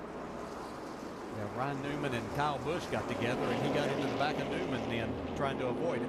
Caused all that damage. Well, caused the earlier damage on the right front of the car. Now, obviously, a whole lot more.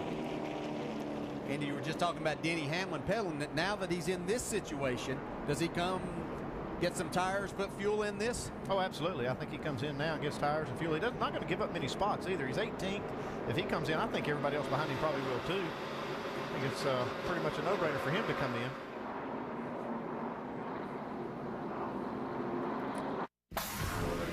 NASCAR Racing is brought to you by Dodge. Visit Dodge.ca to check out our all-new showroom. Start with a simple idea. Think, drink coffee, hatch a design, kill the design. Design something totally original. Do it again. That's good. Kick out the committees, call in the engineers, call in the car guys, call in the nerds, build a prototype, mold it, shape it, love it, give it 58 MPG. No, 59. Give it a huge display. Give it a starting price under 16 grand. Take it to the car shows, get a celebrity endorser. He's perfect. I am? Yes, you are. Making a groundbreaking car. It's that easy. The tempers overflowing, and there's a fight. Are you kidding me? Am I dreaming right now? It's going to be a drag race to the start-finish line. We've won it. We've won it. We've won it. I'm Daytona 500 champion. I can't believe it.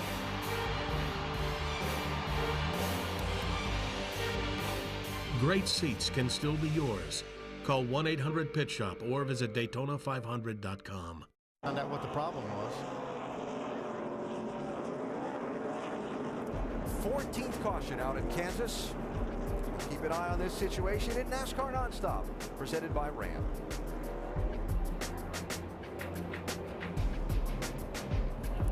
Coming to the restart with what'll be 28 laps to go. And Matt Kenseth with Paul Menard to his inside for the restart. Casey Kane now back in 6th position.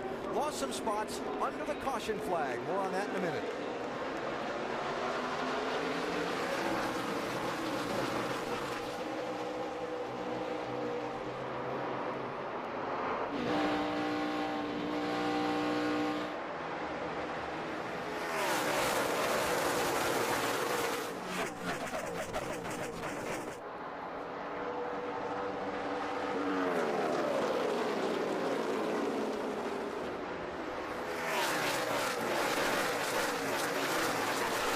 And now losing a spot off turn 4. Kane tried to charge, make up a little ground on the restart, but Tony Stewart aggressive since they waved this green flag. Yeah, Smoke went to the apron, picked up a few spots there. I think he can be aggressive, but he can't hold off this 5-car. He's too fast.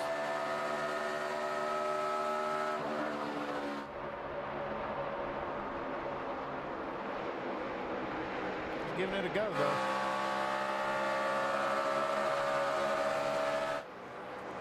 So Stewart to 4th, Kane to 5th with Boyer and Smith right behind him. I mentioned Kane losing some positions under the caution flag. He was running 2nd at the yellow. And as Vince Welch reported to us from pit road during the commercial break, he was shutting the car off to save fuel, had trouble getting the car to reignite right away. And NASCAR has a rule about maintaining pace. By the time he got it to refire, 4 other cars had passed him, and he found himself back in 6th.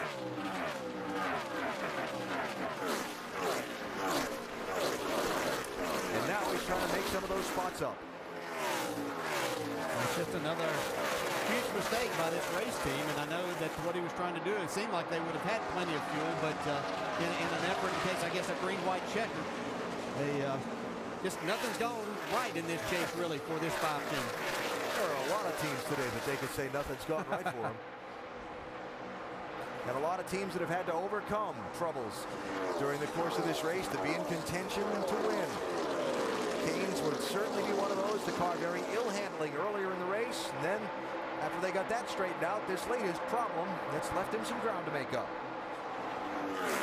That sucks that did that. I'm done saving fuel.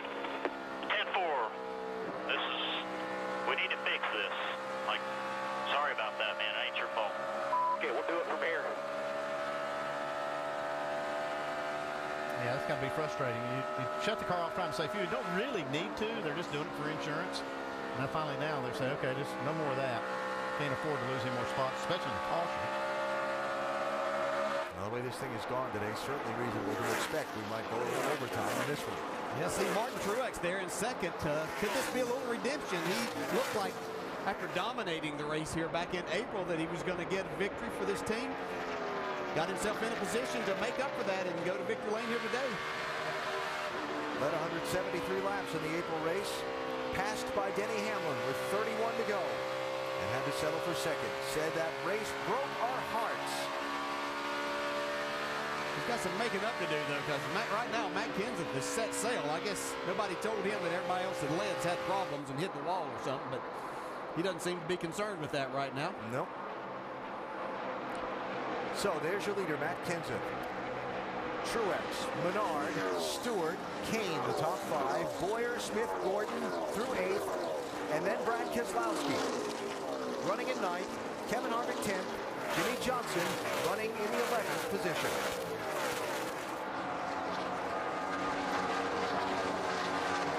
Behind Johnson, Kurt Busch, Marcos Ambrose, and then Denny Hamlin. Stories on the day, the crash for Johnson earlier when he got trapped by making a green flag pit stop, and then the yellow came out. He was back in traffic. He spun out. He hit the wall, and he's come back from that. That was back at lap 135 when Johnson hit the wall running in 20th. He's worked his way back. Denny Hamlin saying getting trapped just after making a green flag pit stop. Instead of a cycle of stops working through and him being somewhere up in the top 6 or 7, he was way back in 23rd position for the restart. Check at 24th position after having to take a wave around, and he's got some ground to make up. How about Jimmy Johnson coming now, getting this car back in the top 10, one spot behind points leader Brad Keselowski right now. It's just incredible what they've done to this car and the drive that Jimmy has in getting back into the top 10 when it looked like they were going to be relegated to a finish certainly outside the top 20. I think he's fast enough to actually go and drive by Brad Keselowski. He's been a couple tenths quicker here in this run. Well, for all they've been through today, our Goodyear Superior performer, Jimmy Johnson and his team. What an effort.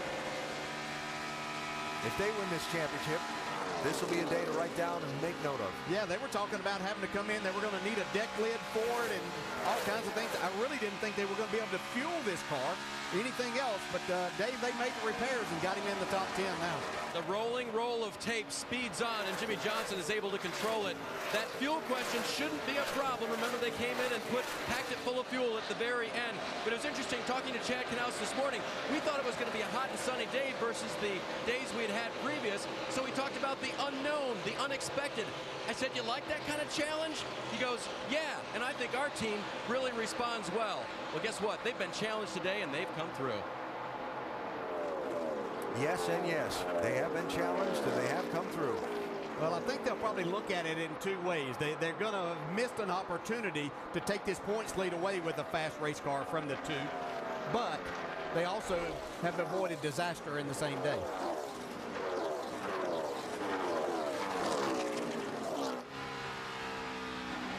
There are the championship standings, basically identical first to second as they were to start the day, with Keselowski running in 9th position, Jimmy running in 10th. Jimmy has led today, Brad has not.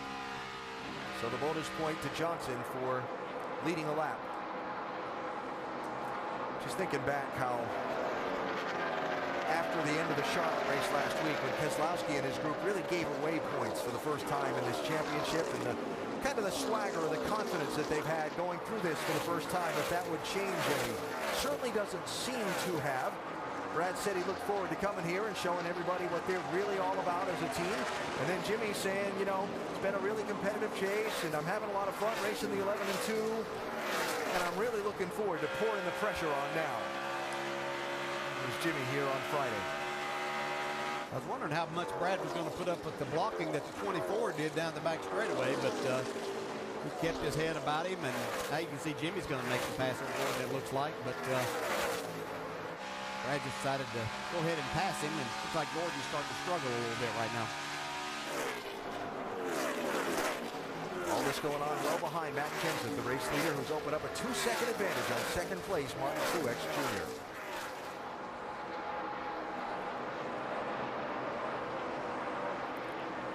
There isn't anyone in this field that's had a trouble-free day, I don't think, so far today, including the man who's got that healthy lead right now, Matt Kenseth.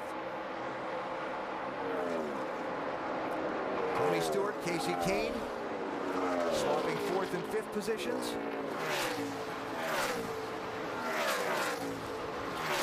Tony overcoming a hit penalty earlier for leaving with an adjustment wrench still in the back windshield of that car. A spin out off turn number 2 where somehow he didn't hit anything. Casey Kane last lap was the quickest car on the track. Actually, it was about a 1/10 of a second quicker than the leader. And if you weren't with us earlier in the race on that 5 car, the first 10 laps after a restart, that 5 car just was so ill-handling, Casey would give up spots and then spend the rest of the run trying to make up what he'd given up. Jimmy Johnson around Jeff Gordon. That's 9th position for Johnson. As we work now to the final 10 laps of this race. Kurt Busch just scraped the wall in the 78. Is this going to leave anything behind it?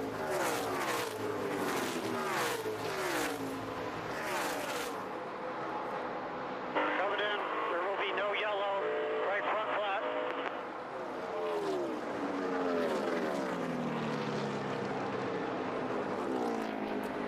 Another driver having a frustrating day.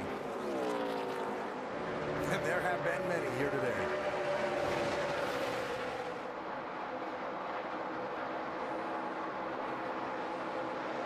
There's a 78.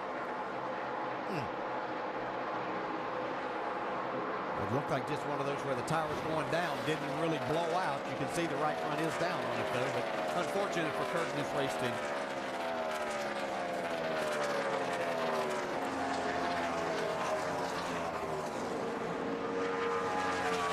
So Matt Kenseth.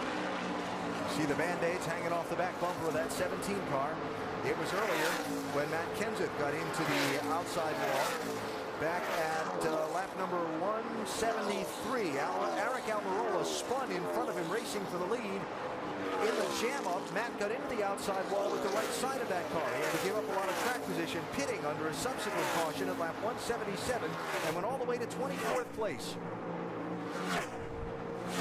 Just still amazed at how durable these race cars can be. I mean, it was a hard hit that Matt Kenseth did coming off. He was full throttle off of turn 2, slammed the right side. We saw Eric Almirola earlier after hitting the wall, so cars were really tough. But Matt Kenseth and his race team, who could have just, you know, they're out of the chase, basically, or out of the chance to win the championship, but continued to work hard and got Matt out front. Martin Truex Jr. not a factor at the very front of the pack for a lot of the day, but now late in the race has worked his way up to 2nd. If he gets it under caution, maybe he'll have a shot at the one that got away from him back in April here.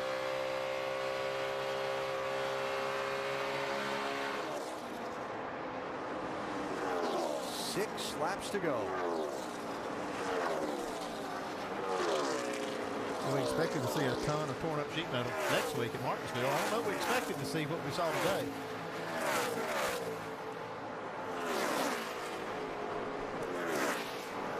To get from 1st to 2nd has shrunk a little bit here in these last several laps. As you look at Paul Menard, very solid today in 3rd. Yeah, Slugger Labbe making his comeback today on top of the box after the suspension, and it looks like it's made a big difference with the team. Having a solid run today. He's got a fast closing Casey Kane coming at him right now.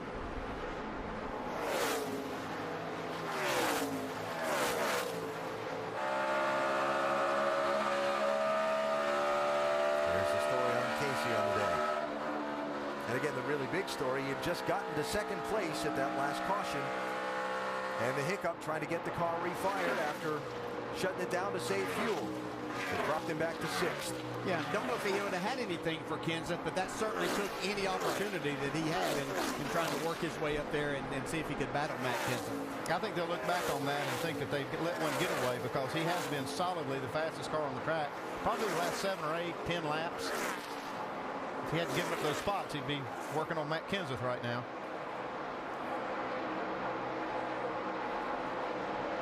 Well, certainly the conversation around Matt Kenseth entering the championship was whether a driver and team going their separate ways at the end of the championship could keep it together enough, the information would continue to flow to compete for the title. Really, it hasn't been about their competitiveness or that information flow. It's been about luck and circumstance that have taken Kenseth out of the opportunity to run for the title. That 35th place finish at Dover really dropped them way back. Dover, one of his better tracks. They came back the next week to win at Talladega, but some 67 points behind starting today. It was going to be too far and too much for Kenseth to overcome. That said, if this holds out for another 2 laps, they're going to have won 2 of these races in the chase. And I know for some of the guys inside Roush Fenway Racing, particularly Robbie Reiser, it really gets under their skin when people talked about the lame duck and would they continue to give Matt their all. Well, Matt's been a favorite over there. He's a really good people person. He cares about the organization, and he's just a tremendous competitor, and you can see that happening. And the white flag is up. We're in the last lap today at Kansas. A race that's featured 14 cautions. A very tough toll on car and driver. Many, many rallies on the day, including this 17 from as far as 24th in the pack. Final corners here for Matt.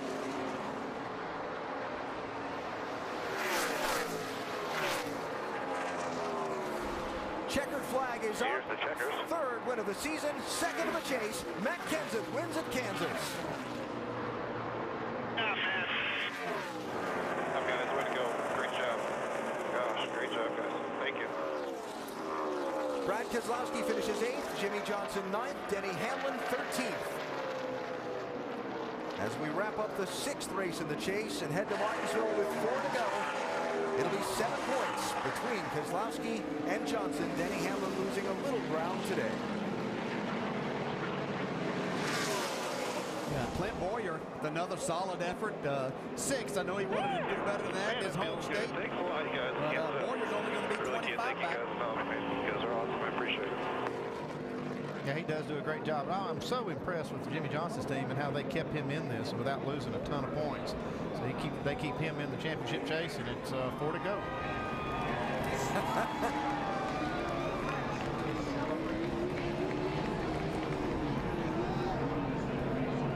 Never gets old, does it, Dale? Never gets old. I don't care how many times you do it. You never know when that last one's going to be there, so enjoy it whenever it happens. I think he's got a lot more coming, but that's the saying Mark Martin always said. He always enjoyed every win because you never know when the next one's coming.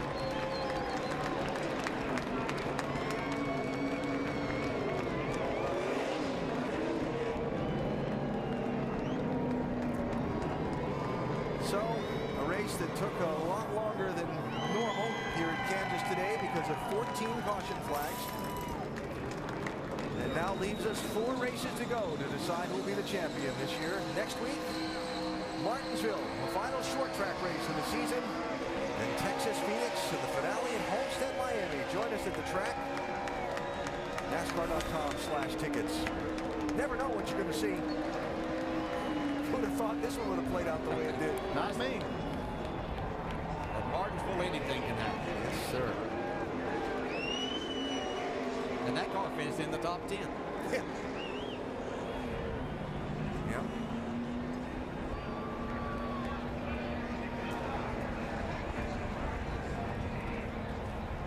Your championship leader there, Keselowski, probably had one of the cleaner races on the day. Came up with 8th place money. While we wait for Kenseth to get around to victory lane, let's talk to some of the finishers, the top finishers today. Vince? Kasey Kahne finishes 4th, but I know it's got to be frustrating. You were sitting 2nd during that yellow. You turned the car off to save some fuel.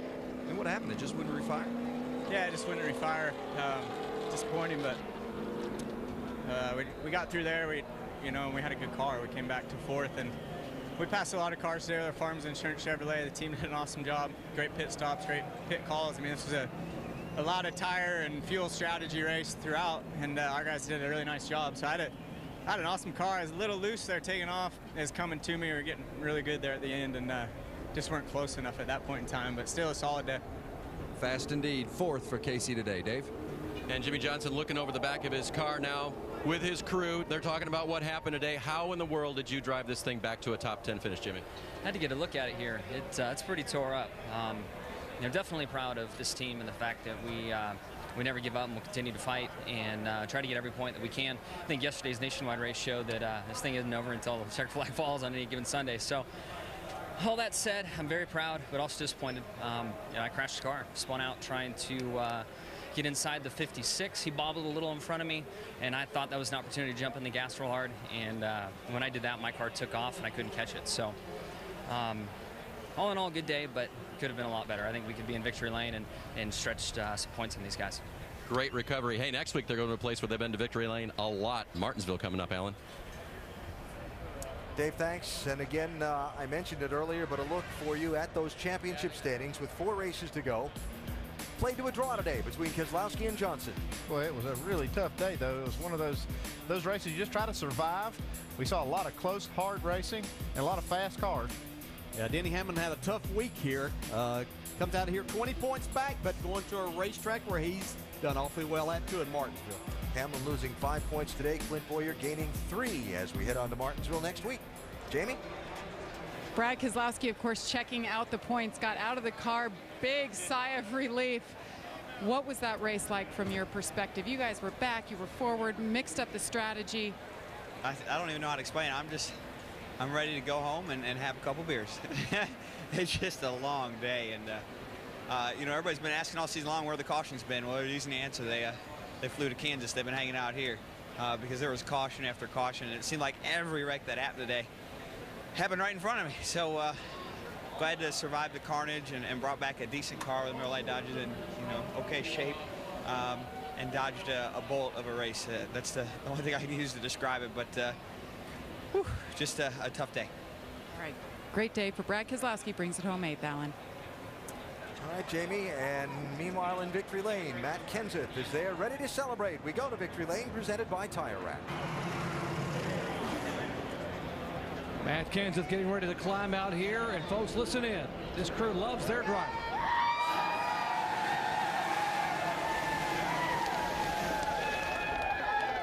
"95 laps ago, he was on pit road getting the fenders pulled out. He began to apologize and apologized all the way to the checkered flag. And they said, you don't need to apologize anymore. Matt, 14 years at this race team, and in a few weeks you're going to be gone. What does this mean to you? These guys obviously care so much about you." Yeah, I mean, it really means a lot. I don't want to get too emotional about Julian, but first of all, I just really honestly, that's not going to work, is it? I really got to thank God and all the opportunities that he's put in front of me and all the guidance that he's given me through pretty much my whole life, not just all this going on. So I really want to thank Jack Roush, Robbie Reiser, Mark Martin. Without them guys, I would have never been at Roush Fenway Racing. And thanks to Zest Sprint, Fifth Third, Ford, Valvoline, Gatorade, Citizen, all our sponsors, and also a big thank you to Doug Yates and Engine guys. Without all that power on restarts and to clear them guys, it would have made my job a lot harder. You can see what this means to him. He's leaving this team, but he cares so much. Nicole? Do not call Matt Kenseth a lame duck driver, and do not say that this championship is over. 4 to go and just 7 points between our top 2 drivers. Brad Keselowski leads the way over Jimmy Johnson, the 5-time champion, compared to a 1-time champion, but in the Nationwide Series. Next week, it's Martinsville, 1 o'clock Eastern on ESPN Sunday.